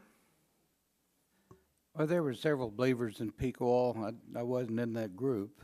So we had, you know, there's still some people, I guess, that may be talking about peak oil. But, you know, frankly, it's a matter of supply and development, and we're seeing so many other oil plays across the U.S. today that, you know, it's almost too many to quantify at this time. But the big ones that we have, of course, the Bakken, Eagle Ford, and that's adding so much supply here in the U.S. Plus, natural gas production across the U.S. brings a lot of liquids with it as well. You bet. Don't forget the Mississippi Shale in Kansas 4th Congressional. That's correct. Yeah. Mississippi is a big play. Absolutely. Mr. Purcell, yeah, I heard you talk about the wind production tax credit created 7,000 jobs. And you talk about an expectation of its continuation. I find that very surprising. We've known for a long time when this thing was going to expire. It's a date certain. It's in current law. Do you regret having built your business model on the assumption that politicians would extend that production tax credit? Because now you're talking about laying folks off, and you turn it back to us and say, gosh, you all need to extend that so my people don't get laid off. Well, you made the decision. You made the decision to hire those folks based on a law you knew was expiring. So I'm interested in whether you have any regrets about having built your business model around that. No, quite the contrary. It's served us very well. We've been able to grow our company in other ways. quite frankly, you know, I sit here before you with regard to the production tax credit, but our company serves these other industries that are being talked about as well today, and we're actually greenfielding a plant south of Fort Worth, Texas. We're going to spend $10 million down there developing in that area for both for wind and oil and gas. So, you know, specific to the production tax credit, yes, there is an expectation that would be continued to allow the wind industry to continue the work that we're doing. The turbines are getting more efficient. The towers are getting taller, which is good for me. More steel under the turbine. The blades are the technology is getting better. A lot of things with regard to siting and wildlife are getting better. So everything that we're doing in the wind industry, I feel is beneficial. However, much like going back to 1916, we talked about subsidies for oil. It took a long time for the country's oil to get as well. So it's something that we feel like we need just a few more years on. I appreciate that. I went back and looked at the record from the 80s and 90s. The industry has said just a couple more years for an awfully long time. Mr. Mills, you talked about policies we could do to exploit this enormous renaissance. What's the most important thing we could do as a federal policy matter? We've now got 10 agencies investigating fracking. The last time 10 agencies investigated something and did nothing, none of us were here. So we know the federal government is on the march. What's the most important thing we could do as a policy matter so that we do continue this incredible economic opportunity for our country? That sounds like the hardest question to me in terms of the most important thing that Congress can do. If I might just briefly add on your question about peak oil, because it's a very interesting one. The abundance of oil production and natural gas in the United States is not a consequence of us suddenly discovering that there's oil or gas here, as you well know. We didn't find a new planet or a country. We got new technology. And what's interesting about the technology aspect of this is technology unleashes the resources, not finding new resources per se. And it's an indicator of what the future holds, the idea whether this is a peak or non-peak. We can look at patents as sort of a forward-looking indicator of what's emerging. So we did some research and looked at the last 5 years, the number of patents issued in non-hydrocarbons, about 60,000. The number of patents issued in the same 5 years in the hydrocarbon fields is 150,000. So this is a permanent shift in the technological revolution. I've asked a lot of people in industry this question you asked me, and the answer is almost always the same, and I know this committee's heard this from in other hearings. I've read the witnesses, is everyone says almost universally, those who make things and build things, we don't mind accommodating regulations, but you got to back off, Washington. You got to help us out here. It's not that we don't want to do things safely in an environmentally sensible way. Every businessman I talk to in every industry is 100 on board with this. This is the 21st century, but they are literally crushed by the quantity, the diversity, the complexity, and the slowness of regulations. So the regulatory process has evolved and grown in a chaotic way. They're asking for help and for relief, not to have no regulations, but to make sense out of them. And my sense is that with 21st century information technology, we ought to be able to fix this thing. Great. Thank you. Mr. Chairman, I yield back. Thank you. At this time, I recognize the gentlelady from Florida, Ms. Castor, for 5 minutes. Well, thank you, Mr. Chairman. I want to thank you for calling this hearing to highlight the great successes in the energy sector during the Obama administration.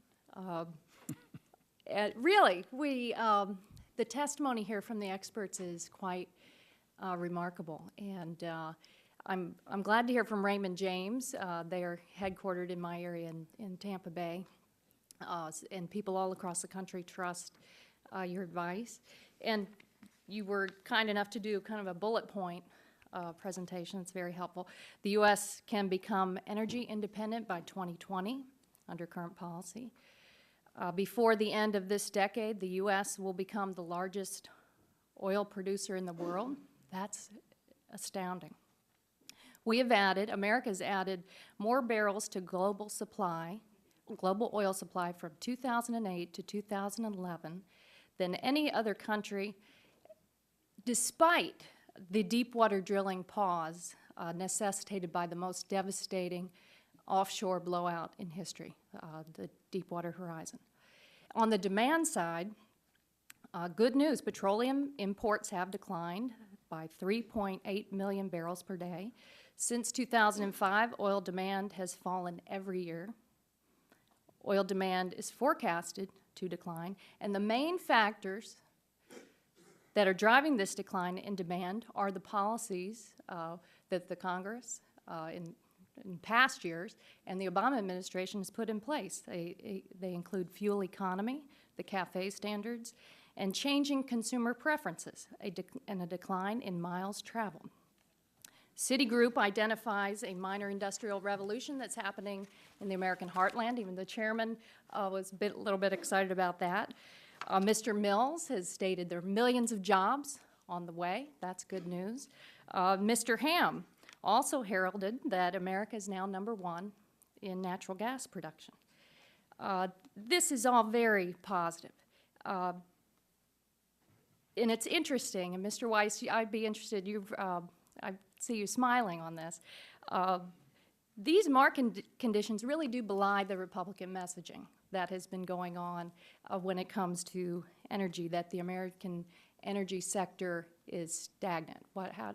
How do you comment on that? Well, I think the reports from Raymond James and City GPS are very encouraging because they say we can continue to grow our oil industry without expanding into currently protected places that are owned by all Americans. And I think that's very important. Second, Like I consider the Florida Everglades as one Yes. of those. Boy, that's gotten people's attention. And in fact, one of the things that's so disturbing is there's a recent proposal. Mr. Ham heads up Mr. Romney's policy shop for energy. The Romney Energy Plan would allow states to decide whether or not to drill in federally owned lands.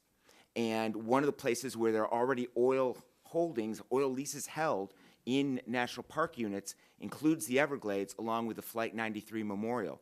So conceivably, the state of Florida could allow oil drilling in the Everglades under the plan that Mr. Romney has put together. And that would put a very important ecological and economic resource at risk because, as we know, even drilling done as safely as possible has, lots of environmental impacts, including roads, spills, benzene, pollution, all kinds of stuff. Yeah, it's off base and it's not needed, and that's what a lot of the reports, the testimony here today demonstrate. But one other important element of maintaining a diverse approach to America's energy policy, and it's devoid from a lot of the congressional hearings we've had this year. It's devoid from the Romney Plan, and that's focusing on technology and creating jobs through clean energy, helping Americans save money, American businesses save money, put money back in their pocket. And I wanted to highlight a press report today that's also very positive. There's a revolution happening in solar power. Big box retailers, large chain stores are installing rooftop solar power to help meet their energy needs, but to save them money. Walmart, Costco, and Kohl's commercial installations of solar power have increased sharply in recent months. More than 3,600 non-residential systems were activated in the first half of 2012, bringing the number of individual solar electric systems to 24,000. Almost half of the top 20 commercial solar customers are major retailers like Bed Bath & Beyond and Staples. IKEA, one of the chains in the top 20, plans to have solar arrays on almost all of its furniture stores and distribution centers by the end of the year. So that begs the question, Mr. Ham, why in the Romney energy program and policy, is it completely devoid of creating jobs through technology and clean energy? It's so one-sided to oil and gas. Well, there's a lot of technology in all energy sectors. We know that, and it ought to be market-based, and that's what it comes down to, is what the market can afford and will sustain. We're talking about sustainable jobs going forward. And energy that's produced that's twice as high as everything else may not be there, so it has to come back to what the market can afford. You made a comment, I think, on federal land restrictions. We're not talking, nobody's talking here about federal parks and monuments. We're talking about the 40 acres out there in the 1280 that it takes 10 months to get a permit to drill under, not on, out there in North Dakota. So there's a lot of restrictions out here that something's got to be done about it. Thank you. Gentlelady's time has expired. This time I recognize the gentleman from Louisiana, Mr. Scalise, for 5 minutes. Thank you, Mr. Chairman. I appreciate you having this hearing, and I think a lot of us have been pushing to get North American energy independence within a decade. It's clearly a goal that we can achieve, but it's also clearly a goal that can't be achieved under the current policies of President Obama. And while some people want to reinvent history and reinvent current policy and trying to change the record, I always find it intriguing when you hear President Obama bragging that production's never been higher. When, first of all, if you look where production is up, because in some areas production's up and in some areas production's down. Ironically, production is down in the areas where the president has control on federal lands, and production is up in the areas where he currently does not have control on private lands, but where he and his administration are trying to go shut it down. So he's bragging about something he doesn't create. I know he's got a good history of trying to blame other people for things that happened under his watch, but in this case, he's actually trying to take credit for things that he's actually trying to shut down. Production's lower on federal lands, and that's not disputed by his own Energy Information Administration. I do want to correct the record before I get into a few other things. Earlier off, Mr. Rush was, I guess, questioning Mr. Weiss as to why he thinks that some of us feel that the Obama administration has been hostile towards American energy. And I think Mr. Weiss's comments were to try to blame it on the Macondo well, as if some of us don't want to address that problem. Clearly, we pushed hard to see that, and we've seen a dramatic advance in the technology just in the last 2 years for responding to a disaster like we had. But at the same time, what a lot of us were concerned about that still makes us hostile today is, number one, the president went in and shut down production, shut down exploration and drilling for 6 months when his own advisors, the president put together a task force of experts, of scientists and engineers to look at safety. And his own safety experts said it would be a bad idea and actually reduce safety in the Gulf to have a moratorium. And the president went and doctored the report and put the moratorium in place anyway. Tried to blame it on his scientists and engineers. And they said, wait a minute, we think it's a bad idea, because you're going to lose your best workers, you're going to lose your best rigs, and that reduces safety. And in fact, that's what's happened. I mean, we've been tracking since Macondo, we've been tracking the rigs that have left the Gulf of Mexico, not to go to other parts of the United States, to go to other countries. And you look at where these assets have gone, each one of these represents about $1 billion investment and about 1,000 American jobs that we've lost because of the president's hostility towards American energy. They're going to places like Nigeria, Sierra Leone, Egypt. I mean, think about what's going on in Egypt just this week, and yet there are companies that say they'd rather take $1 billion investment and 1,000 jobs, and they feel it's better to do business in Egypt with their crazy climate than in the United States of America because of the president's hostility towards American energy production. That's what's going on. That's the record of this administration, and yet he wants to brag that production's never been higher when he's trying to shut it down. He's been successful in shutting it down to some degree in the Gulf. Mr. Freeman, I want to ask you about that because, if you look at where production is up and where it's down, where is it in the Gulf of Mexico right now? Yeah, you've got over 80% of your production growth recently and through 2015 is coming from 3 areas.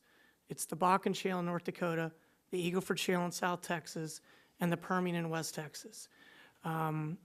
The offshore, obviously prior to Macondo, the offshore Gulf of Mexico was under sort of a renaissance. We'd actually started to grow supply there, started to go to more deeper waters, and supply was up about 250,000 barrels a day in 2009.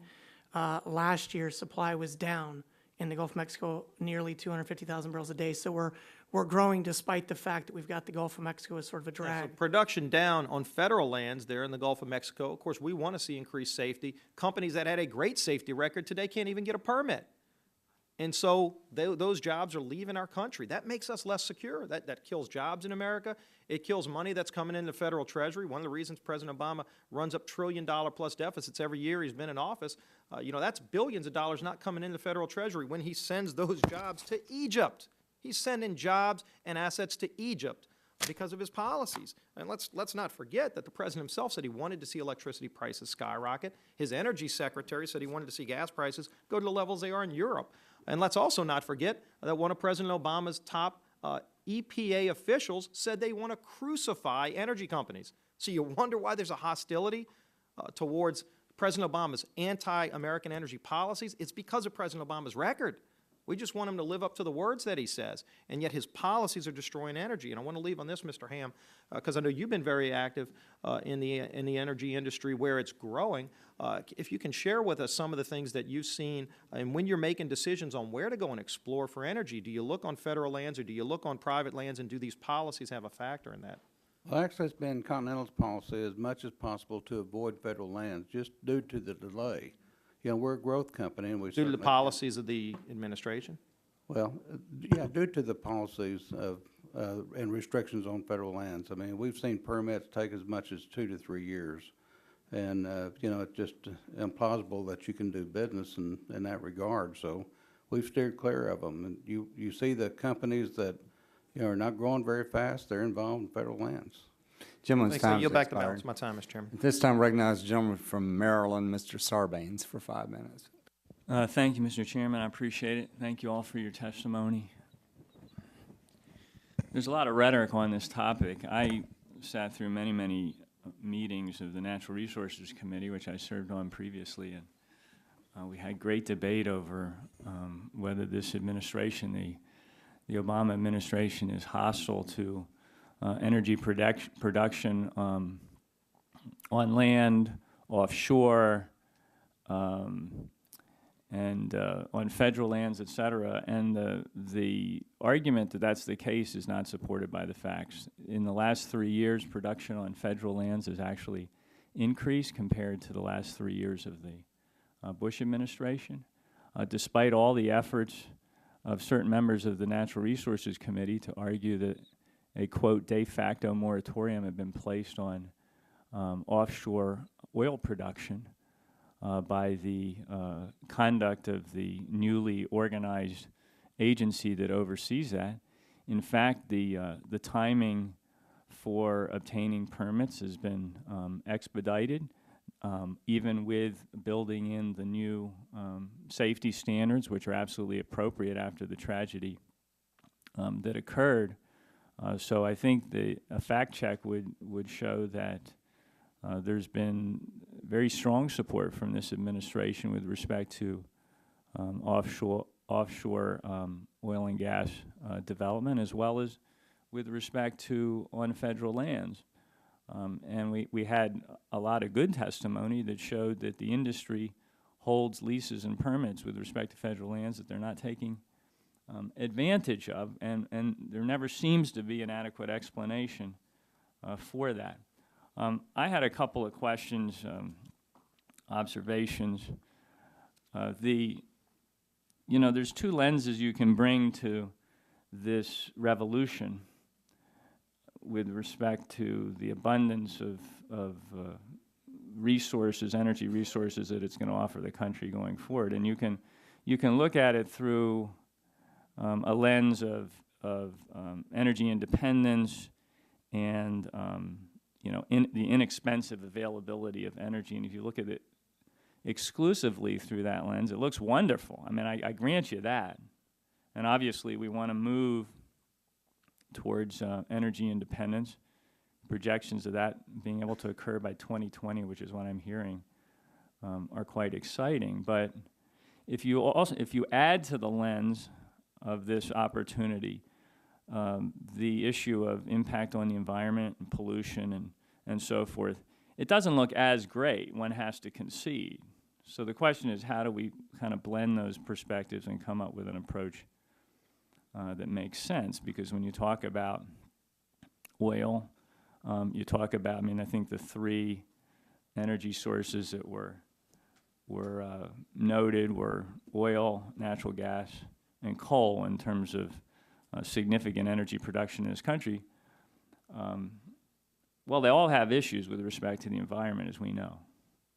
And natural gas is a cleaner opportunity, and that's been discussed at length. But as compared with renewable energy sources like wind and solar and so forth, which are much better for the environment, those things, if you look at it through that particular lens, don't maybe look as great. So that has to be part of this discussion. And one of the questions I have is, it must be the case that with this new abundance, this new revolution that we're talking about, it gives us more opportunity to both explore the environmental concerns and make sure we're doing that right, as well as continue to pursue a highly diversified energy portfolio, which includes significant amount of investment in renewable energy resources, as versus a situation where you're so dependent on overseas and it's a much more competitive situation. So can somebody speak to that? Maybe I'll start with you, Mr. Weiss, and actually I'm going to run out of time here, but if you could respond to that. Well, you know, there are lots of opportunities. As you noted correctly, according to CRS, oil production on federal lands is up slightly in 2011 compared to 2007. So claims that under President Obama, oil production on federal lands is down is false. In addition, as you also noted, there are consequences to this great abundance that we have. For example, the New York Times reported last year that in North Dakota, quote, every day more than 100 million cubic feet of natural gas is flared this way. The flared gas spews at least 2 million tons of carbon dioxide into the atmosphere, which is about as much as almost 400,000 cars. So there are costs to this as well, and that's why we have to have a system where we make sure that we expand the development of these resources in a way that benefits our economy and our security, but also doesn't threaten our economy and our security with climate impacts and other health impacts that can be even more expensive. For example, the drought that we're facing today across America is going to cost at least $5 billion in crop damage, and that's the kind of event that's going to occur with more frequency if we don't address the climate piece of energy production and use. Thank you. Gentleman's time has expired. At this time, I recognize the gentleman from West Virginia, Mr. McKinley, for 5 minutes. Thank you, Mr. Chairman. Let's stay on that, Mr. Wise, just for a minute. When they go back and they study the scientists go back and study the Dust Bowl of the 30s, I find it curious in my reading that they blame the temperature of the oceans, the instability of the oceans, the change in the temperature between the Pacific and the Atlantic. I never hear them talk about carbon discharge. And these are all retroactive studies. These are taking today's standards and reapplying them back into that period. Can you explain in very short why? I have not looked at the Dust Bowl aspect, but I will tell you this. But the Dust Bowl is probably the I understand it's the worst drought in America. Drought change, yes, okay, but none of the climatologists and the scientists blame climate change. They're talking about what's happened with the Pacific and the Atlantic Ocean and the jet stream. I'm troubled. I'm troubled when let me just characterize. I get a kick out of you. You've been here several times before our meetings. Remember that show, Bat Masterson? Do you remember that Have Gun Will Travel? A little bit before my time, Mr. McKinley. Well, perhaps it may be, but he was brought in when they needed someone with a gun, and you show up at all times to attack the carbon fuel industry, and you do a pretty good job of it, but it's based on, I think, a lot of ideology and not on the facts. If you go back to be able to prove some of these information that in the past, they just don't demonstrate. You're pushing an issue that just doesn't hold up. I'm just curious, do you support the idea of us exporting coal and gas out of America? I believe that resources, and this is me speaking personally, not for the Center for American Progress Action Fund, I believe that resources that are developed from public lands, which are owned by every American in this room and all across the country, ought to be used for Americans. So that if we are expanding, just energy across the board, should we be able to export? I don't know. Once gas gets in a pipeline, I don't know whether it's come from public lands or private lands. So when we're trying to ship natural gas out of this country and LNG to sell it to, you're opposed to that? I believe that Yes or no? resources. Just yes or no, please.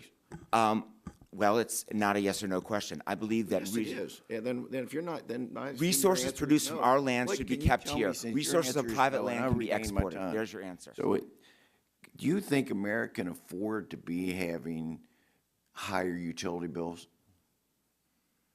No, we need to make sure that But we. can we, you don't think we can afford it? But remember, there are other prices included in the cost of burning coal than just the price of the coal and the land and the facility itself. For example, the healthcare costs from air pollution, mercury, soot, toxic chemicals, cancer-causing agents, is in the billions of dollars a And year. the And EPA under the also EPA rule says $3 of it's a hired benefits for gun every here. $1 They're of already cleanup saying costs. that the worst air is our air that's indoor, not our outdoor air. Even the EPA says it's 96 times worse indoors than our outdoor air. So don't Well, we ought start- to don't- address indoor air pollution as well, but that doesn't mean we ought to spew thousands of pounds of mercury, which is a known neurotoxin. And you well know that there's more mercury in a can of tuna fish than there is in a can of fly ash. So. And don't where think did the we're mercury talking about get trouble. into the tuna fish? It came But from we eat air pollution. We eat the tuna fish. We don't eat the fly ash. Let's go on to this thing. So, what percent are you trying to get to in terms of fossil fuels? Where do you want us to take us when you come in with these kind of testimonies? Do you want us down with coal to eliminate coal, or are you trying to get us down to 20%? What's your vision that you think would be right for America? I think what's right for America is to use our resources in a way. Percentage-wise. I won't give you a figure, but I think we ought to use our resources in a way that allows us to also not have kids have asthma attacks, not have pregnant women not be You able don't to know eat whether fish. the asthma attack is caused by the outdoor air or the indoor air quality. No, we You do and know no one that. else We can don't know whether testify. asthma is caused by that, but there's studies by Harvard University and other medical schools that show that asthma attacks increase with the frequency of air pollution. We're not saying it causes asthma, but it causes asthma Thank you. And you attacks. don't know whether that asthma attack has been caused by dust mites, aerosols, or formaldehyde sprays in your house. So let me go. I'll be are you happy to aware provide that some studies to you for the record. You have some other information that indicates that anything other than the fact that the CO2 emissions now in this country are the lowest they've been in 20 years? I don't believe that's accurate, sir. I believe that they have gone down in recent years, but 2005. EIA just published that too. Okay, well, I'll have to. I will double check that. Read up before you come here to testify again. Okay, and I who know is about Bat the Masterson's balance of my top opponent? Because you are quite a worthy one, sir. I don't know his name either, but Mr. Sullivan, you're recognized for 5 minutes. Thank you, Mr. Chairman. Mr. Weiss, it was interesting when you were discussing your comments earlier, you said that the oil and gas industry gets this handout subsidy. I think you're referring to intangible drilling. And I was wondering, how long, you've worked for the Center for American Progress, and you've worked there a while, I'm sure. Do you ever travel around the country at all to go to conferences or anything like that? Yes or no? Well, that's a two-part question. Yes, I travel around the country. No, I generally don't attend conferences. Do you ever, you go, but you travel for your job? Ever? Sometimes. Yeah. And when you do that, you have meals and hotel and lodging. Does your company pay that? You send it back to them, they pay that? You get expensing on that? They expense Yes. that? Okay. It's cost of doing business, isn't it? Right? Yeah. Do you think that's a handout subsidy giveaway to your group? Well, first of all, Is it or not? Yes or no? No, it's not, because we're a Okay, now, I'd like nonprofit, to ask tax-exempt organization. Okay, I'd like to so it ask doesn't Mr. apply to Ham. me. Mr. Ham, intangible drilling is important to the industry. Now, they don't hand you a check and give you just a check. The government's not handing you a check. And Mr. Ham drills wells that are, sometimes don't come in, unfortunately. He's lost money. Oil prices have been down very low in the past. A lot of people aren't, the president even said, this is a industry of yesterday. How are we going to get young people in the business when he says something like that? Because of the ups and downs of the business in the past. So he gets expensing. If he doesn't drill it, he doesn't get it. You don't travel, you don't get it for your group. Now, I'd I'm like Mr. suggesting, Ham sir, to is that comment on there's- how sorry. important that is to this industry. Well, it's very important. It would cut 35 to 40% of our activity, if we wasn't able to expense the cost for labor. And that's what it comes down to. I drilled 17 dry holes in a row, and there's no subsidy in this business. I guess I went up to the wrong window. Nobody handed me a check. So we, we take a lot of inherent risk in this business, and we certainly have to have some room to try and fail. If it wasn't for that, we would not be having this revolution in energy that we have today. It took 16 years, in the Barnett to break the code. It took 18 uncommercial wells in the Bakken to break the code. So it's a very expensive process. A lot of research and development, a lot of money went into that. And it's expensing. And if, you know, right now, we're getting all this, we import a lot of oil. It's gone down somewhat, but we're importing oil into this country. We have oil here in the Bakken, for example, a tremendous amount. It's mind-boggling.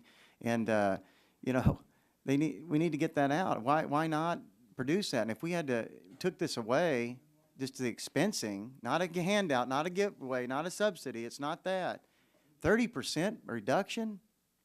And that's asinine to do that. And we just bring more oil into this country. We can produce oil here in the United States of America, American-made energy right under our feet. God's given us a great resource. Let's use it. And we have people that don't want to do that. But it's just mind-boggling to me. I don't understand that, and I guess I never will. Mr. Sullivan, may I respond? Yeah. Very briefly. Point I'm trying to make is the production tax credit for wind energy is similar to the intangible drilling cost rule that Mr. Ham uses for his business. It helps provide certainty. It helps provide support. It helps keep their business growing. Especially, this is an industry that's in teenage years as opposed to one this industry, with all due respect, wouldn't survive without the PTC. Mr. Ham said his industry would not. Mr. Ham's industry would go down 30%. And right now, we need to have much oil produced here in the United States as possible.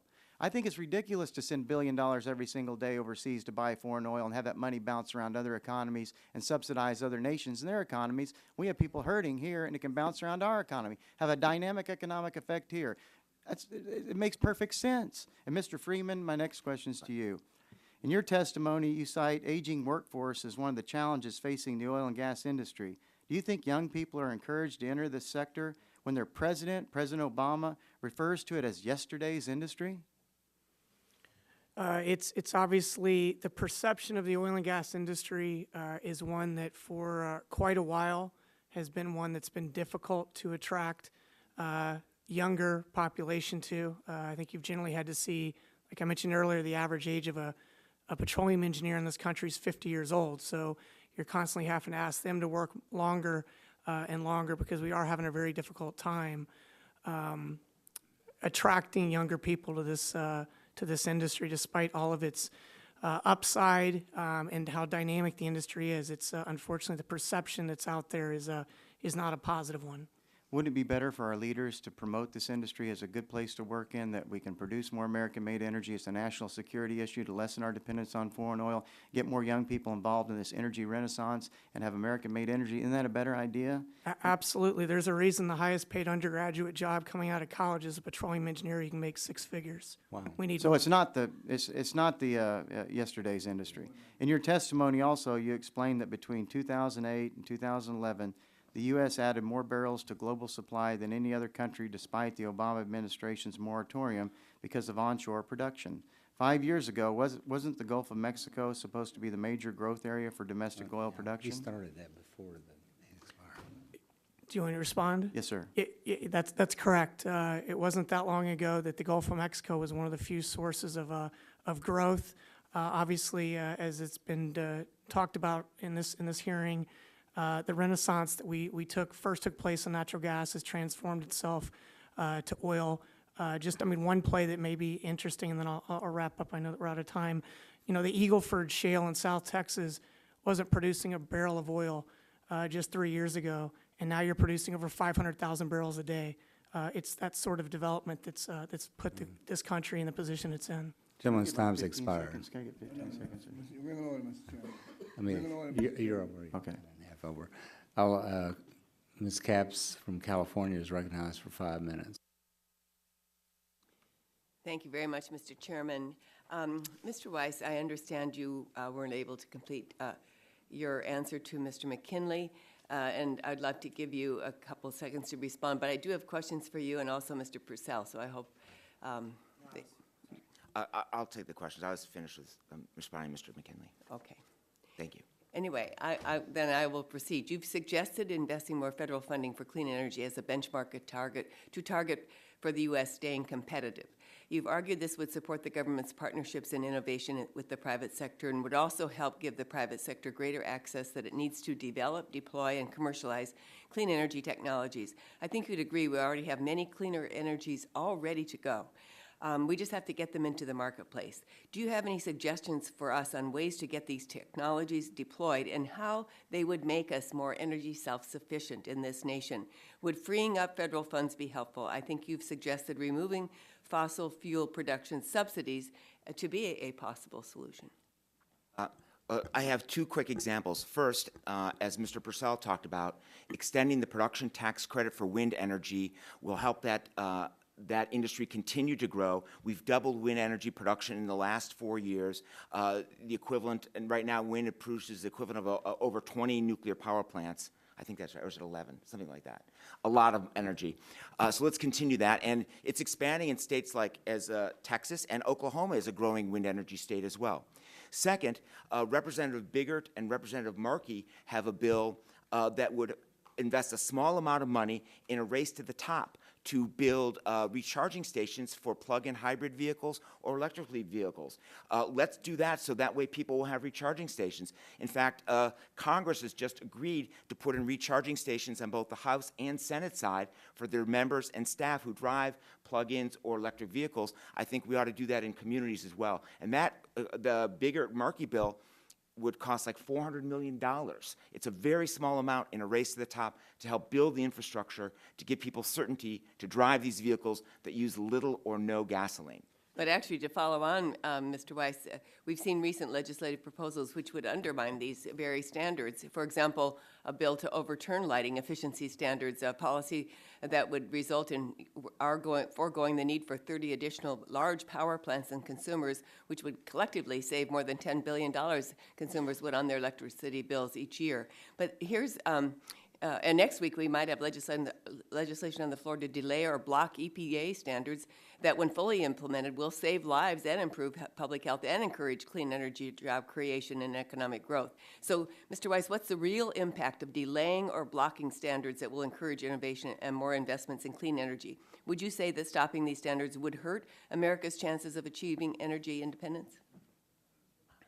Delaying the standards won't affect our ability to produce more oil, and domestic oil and natural gas. What it will do is delaying standards on pollution from power plants, boilers, and cement kilns would increase the number of premature deaths to something like 24,000 people annually, thousands of hospitalizations, and tens of thousands of asthma attacks. And it would cause, I believe, close to $200 billion a year in additional health care costs and lost productivity. Delaying those standards, huge human cost, huge economic cost, no impact on producing more oil and gas. Okay, and finally, Mr. Purcell, I'm one of many bipartisan supporters in this Congress of the wind energy PTC, the production technology credits. Many of us have companies in our congressional districts that have benefited from the PTC.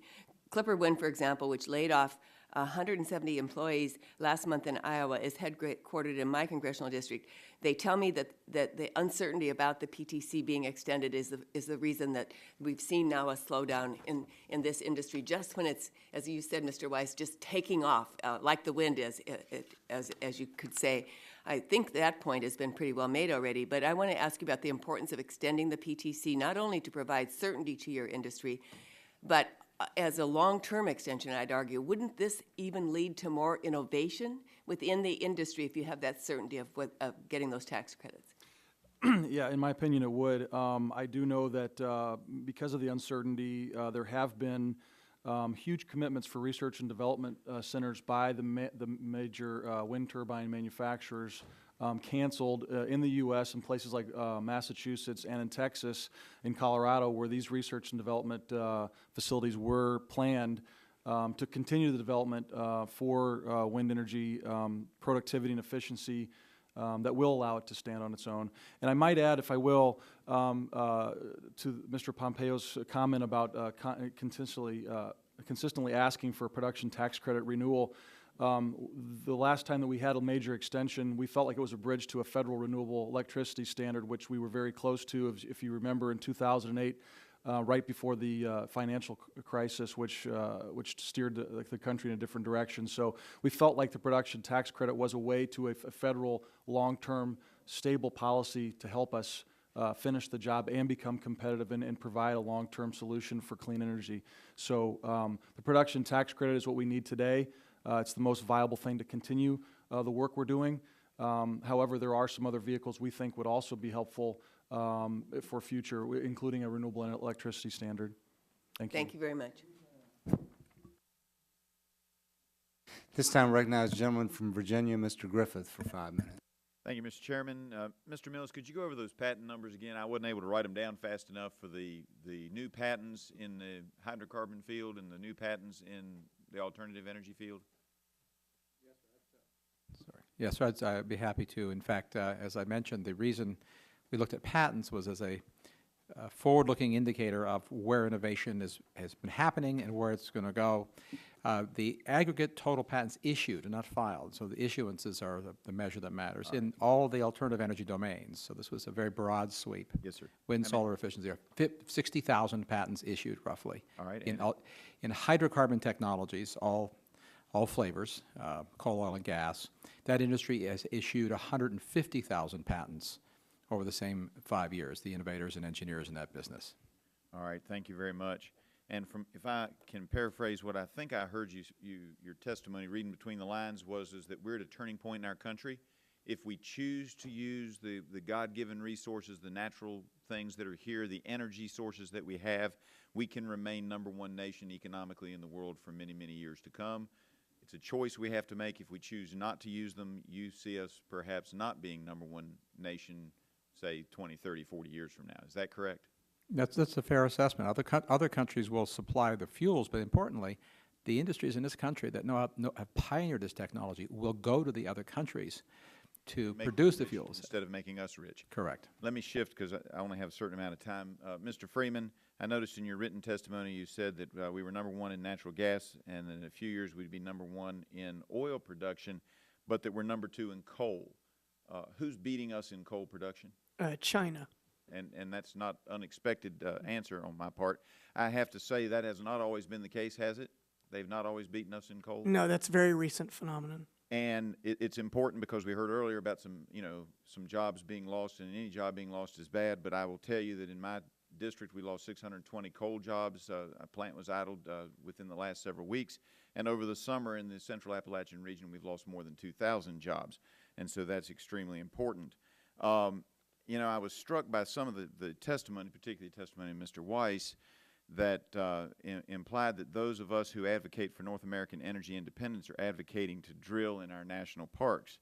I don't think anyone here is advocating that we drill in the parks. You state in your testimony that parks will be vulnerable if federal oversight of energy on public lands is eliminated in favor of more relaxed state regulations. I have to say, I've got it right here, and the Romney Energy Plan speaks to states being empowered to establish processes to oversee the development and production of all forms of energy on federal lands within their borders. But it specifically, that Romney Plan, and what most of us would be for, specifically excludes lands that are designated as off limits. When we talk about getting North American energy independence, we aren't talking about drilling in the parks. We're talking about leasing more than 3% of the nation's federal lands, which are quite substantial, setting up government policies which would make it so that it takes less than 6 years to get a permit to drill in federal waters. I think Mr. Ham talked about the length of time it takes if you're on federal land to get a permit, and allowing pipelines like the KXL Keystone Pipeline to help bring millions of barrels of secure oil from our friends and neighbors in Canada. And I just wanted to make sure that I got the record set straight on that, because I think it's important that we recognize that nobody is planning on drilling on the site where the flight crashed. That's not a part of anybody's plan. My turn. And you've said that several times, and I have to tell you, I'm a little offended by that implication that anyone in this Congress or that any presidential candidate would plan on putting an oil well at a sacred site like that. So I wanted to get that out and felt very strongly about it. Mr. Mills, I noticed in your written testimony, in your oral testimony, you said, you had drill, dig, build, and ship, and I have to tell you that I have the 4 Ds, which first two are the same, drill and dig. I then have deregulate and discover. Deregulation means we have our universities trying to find ways that, whether it be wind energy, algae, I don't care. I'm a true all of the above, that we move forward in that direction. And one of the problems that I've seen with what I think is going on in this administration, although sometimes it's hard to figure out, is that they see the alternatives as the next great step forward. And it may very well be, but I find with some interest, and I wonder if you agree with me, that in all the previous revolutions on energy, when we went from wood to charcoal, and then we went from charcoal and wood to using oil and natural gas and coal, that each step that we have made, we didn't cut the legs out from under the older industry. We continue to use those industries, and it seems that this administration wants to eliminate the previous energy sources with a, we're going to use all of the above, but it has to be one of the energy sources we like, because the Sierra Club has beyond natural gas now. They used to have beyond coal. They've now made a second to China. Do you agree with that general assessment? Yeah, I think the assessment is correct. We've always used the trailing technology, so to speak, but we importantly have made them better, cheaper, cleaner by using new technologies on the old fuels. So that was the whole point of my patent research, is that there's enormous opportunity for solar and wind around the world. There's no question about it. And if 20 or 30% of the world's energy came from alternatives, that would be marvelous. I expect it to happen, or more. But it still leaves the rest of the number, which is the 60 or 70%, which has come from, will have to come from hydrocarbons using advanced technologies. Absolutely correct. Gentleman's time's expired. Thank you, Mr. Chairman. Mr. Chairman, Yes, Mr. Rose. Would it be out of order if we just had another round for one question? Sure. One question apiece? That's a good idea. I'll ask mine first. Sure. All right, good. Mr. Howard, you're the president and CEO of the Canadian Energy Research Institute. I would just like to know, what was the reaction when the Keystone Pipeline permit was denied, and is it the intent of Canada to at least explore building a pipeline to the west for export? Would you mind just giving me your personal impressions about all that? Simply put, when it was first rejected or delayed, pretty much nobody knew what to do. That was the very first time in Canadian history that an oil pipeline had been turned down.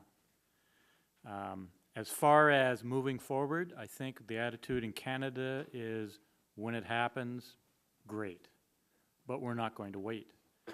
As far as Canada exporting crude outside of the country, it is a position that the federal and provincial governments, the industry, is on board with. We are looking for other markets. That is becoming a challenge. The Northern Gateway Pipeline is similar to the Keystone XL in the sense that the environmental pushback is more significant than anybody ever imagined. The Trans Mountain expansion is a little different because it's an expansion system. I personally think that'll go ahead. The potential for moving bitumen from west to east to feed the eastern Canadian refineries, I think is an option. As far as if Keystone XL does not get built, I think crude or bitumen could still reach the Gulf of Mexico by tanker by going out through the St. Lawrence Seaway.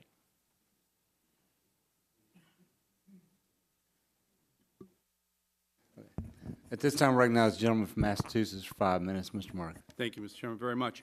Mr. Ham, the oil industry gets $4 billion a year in tax breaks from the federal government. The wind industry gets about $4 billion a year in tax breaks for the production tax credit for wind. And do you think that's fair? Do you think we should keep both tax breaks on the books? You know, I think that our industry should be able to expense our labor costs just like any other industry. No, I'm asking about the wind. Do you think the wind tax break should stay on the books? I don't know. My business is not wind, and certainly I don't consider what we're getting as a tax break when it's the same as all others. So, you know, what goes on with wind's a whole nother business. No, I got you. You know, that's the problem that we have with the Romney tax break. You know, that Romney is going to, if he becomes president, allow the wind tax break to expire at the end of this year. Amazing, huh? And And the industry says that 40,000 people will be laid off next year because of Romney's wind policy.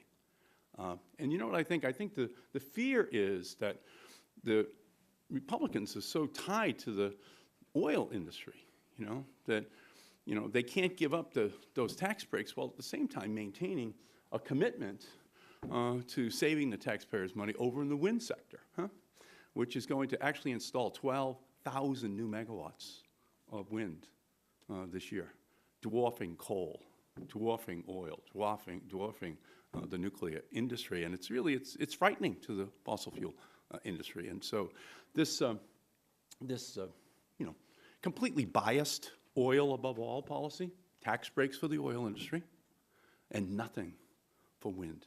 It's not all of the above. That's oil above all. Oil above all. Look at all these great jobs here. You know, these jobs are just as great as the jobs Mr. Freeman was just talking about, but they don't care about these jobs, okay? Just oil jobs, not oil jobs. We don't care about them, And that's the kind of dual standard that the Republicans want us to accept, even as oil has dropped from 57% imported to 45% imported since Bush walked out the door in January of, you know, that's arithmetic. 57% under Bush imported, 45% today. That's a good record for Obama. That's a drill baby drill Obama administration, and it's continuing to go down. 50% more rigs drilling in the Gulf of Mexico today than before the BP spill. Fantastic, Record highs in natural gas, wind, solar. And what do the Republicans have as their platform? Kill wind, you know? Kill these renewables. That's a disaster for our country. That's the single largest domestic source of energy in our country, wind and solar, 20 and 30 years from now, right? It's fantastic. And what else does Romney say? Romney says he doesn't like the fuel economy standards. Now, what will those fuel economy standards do on the vehicles that we drive, 54.5 miles per gallon? I know because I authored the language here in the House of Representatives. That's 3 million barrels of oil per day. Where is he going to make that up from? Well, Romney says he wants to drill off the beaches of Massachusetts and California, rather than have just the vehicles be more efficient, while the industry is having a complete revival. This whole Romney energy plan, whoever put it together, it's a complete mess. It's upside down. It's like the craziest upside-down energy policy I've ever heard, whoever put it together, right? It ignores the reality of what's really working, and it wants to go over to kind of this age-old policy where you have to subsidize stuff that's not working. Do you agree with me, Mr. Ham? I don't agree with you at all. I think that it ought to be market-based, and that's what I've said earlier. If you Well, subsidies for oil and no subsidies for wind is market-based? I don't think so. I don't think so. How can that be market-based? Adam Smith would spin in his grave and qualify for an energy tax break. He'd be so, you know, he'd be so agitated that you can maintain that's market-based, that oil gets a tax break and wind doesn't? Well, that's, you know, when the president went down, I mean, not when the president went down, when Romney went down to Houston just 3 weeks ago and had his oil baron summit with all those oil company CEOs, he raises $6 million from them and then says, I'm going to get my energy policy from them, crossing the T's and dotting the I's on my policy, he says. And then on Thursday, just 2 days later, 3 weeks ago, he has a press conference, you know? And what is his press conference? Oil above all.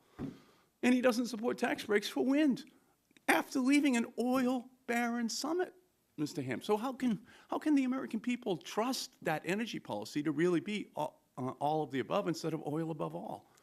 Gentleman's time's expired.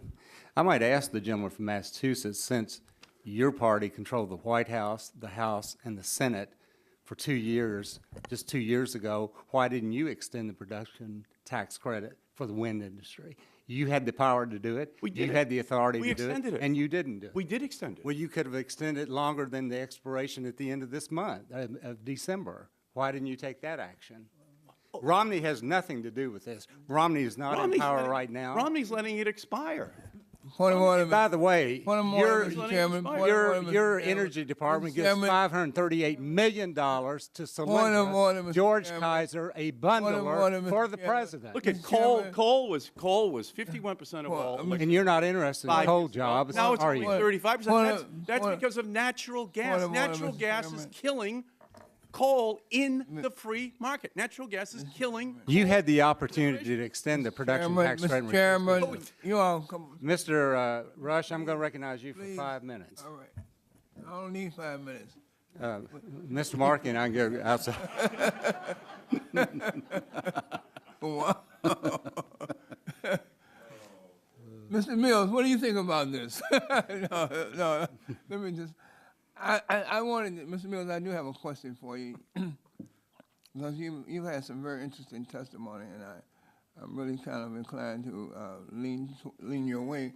But I'm interested in why there is have been no mention from you as it relates to environmental concerns. What do you think the climate change speed bump on this expressway that the industry is headed down? What do you think they fit in at these speed bumps? How much attention should we pay toward the environmental concerns, or should we just ignore environmental concerns altogether? Thanks for the question, Mr. Rush. And I do want to make a very quick observation that I thought Congressman Markey's visual aids were the best at the hearing, and so far, thank you, sir. And I would say that I know that I personally, but in all the people I talked to in the industry on the broad environmental issues, there is support for safety and environmental metrics. You don't find pushback from the industry. You look. The issues that are looked for are consistency and simplicity and adherence to standards of time, which is one of the biggest complaints I hear from industry practitioners, that the deadlines aren't met. The climate issue is an interesting one, an extraordinarily tough challenge for everybody on both sides of the aisle. I recognize that. But I would just say this is a practical matter. The fact is that we know that all the energy growth in the world is occurring outside of the United States. So if the United States ceased to exist tomorrow, or consumed no energy at all, or had all of its energy from non-hydrocarbons, the consumption of hydrocarbons in the world is going to go up significantly, probably by double over where it is today. So the proposition that I'm putting on the table is essentially independent of whether those hydrocarbons emit carbon dioxide. By definition, they do. I'm simply saying that other people will supply those hydrocarbons to the world market. We can do it and make money and create jobs. We can do it cleaner and more efficiently than anybody else in the world. That's an opportunity we have inside of a reality that's locked in. The demographic reality of the rest of the world is simply locked in. More are going to be used globally. So I would love to see America be the leader in supplying those fuels for economic reasons, social reasons. It will generate all kinds of wealth, which we can fund all kinds of R&D, and frankly, geopolitical reasons. We'll have more control over world markets. Gentleman yields back, and there seems to be no one else here to ask questions, and I think Mr. Markey's gone. Oh, Mr. Griffith, I'm sorry. You're recognized.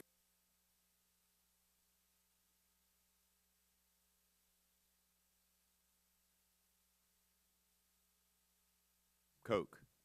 Make steel better with natural gas or coke from coal? We actually use the steel for the towers that we make out of scrap metal and add so we're not using traditional coal and iron at the steel plant that we make the steel. But yes, there are steel mills in Indiana that are near us that do use coal, sir, and a lot of natural gas as well. Yeah. But the best stuff is still made from coke, is it not? For certain steel makers, they still use an awful lot of it, yes, sir. So when we're being beat in the world market and I lose 620 jobs in a metallurgical coal mine, that means we're doing something wrong, I would submit to you. You know, it's been an interesting hearing, and we've heard a lot of things. The bottom line is that, you know, we can put up all the charts we want. Apparently the wind industry's lost 1,752 jobs already. Yet, as you heard the testimony, Mr. Markey wasn't here to hear the information I put in earlier. In my region alone, we've lost 2,000 coal jobs just this summer.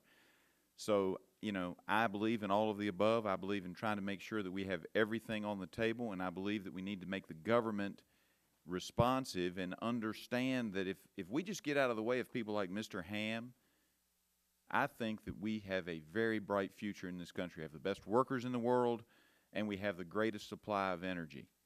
But if we continue to throw more regulations on and more regulations on like wet blankets on the fire of enterprise, we will be doing our nation a disservice, and my children and everybody else's children and grandchildren will have a lesser America. Thank you, Mr. Chairman. I yield back. Gentleman yields back. So that's the end of today's hearing. I want to thank you panel members for being very patient, and we appreciate your testimony very much and look forward to working with all of you as we move forward to address these issues. And we'll keep the record open for 10 days. And thank you once again. That concludes today's hearing. Mr. Chairman, I'd just like to ask one question of you. Yes, sir. Can't we all just get along? Thank you.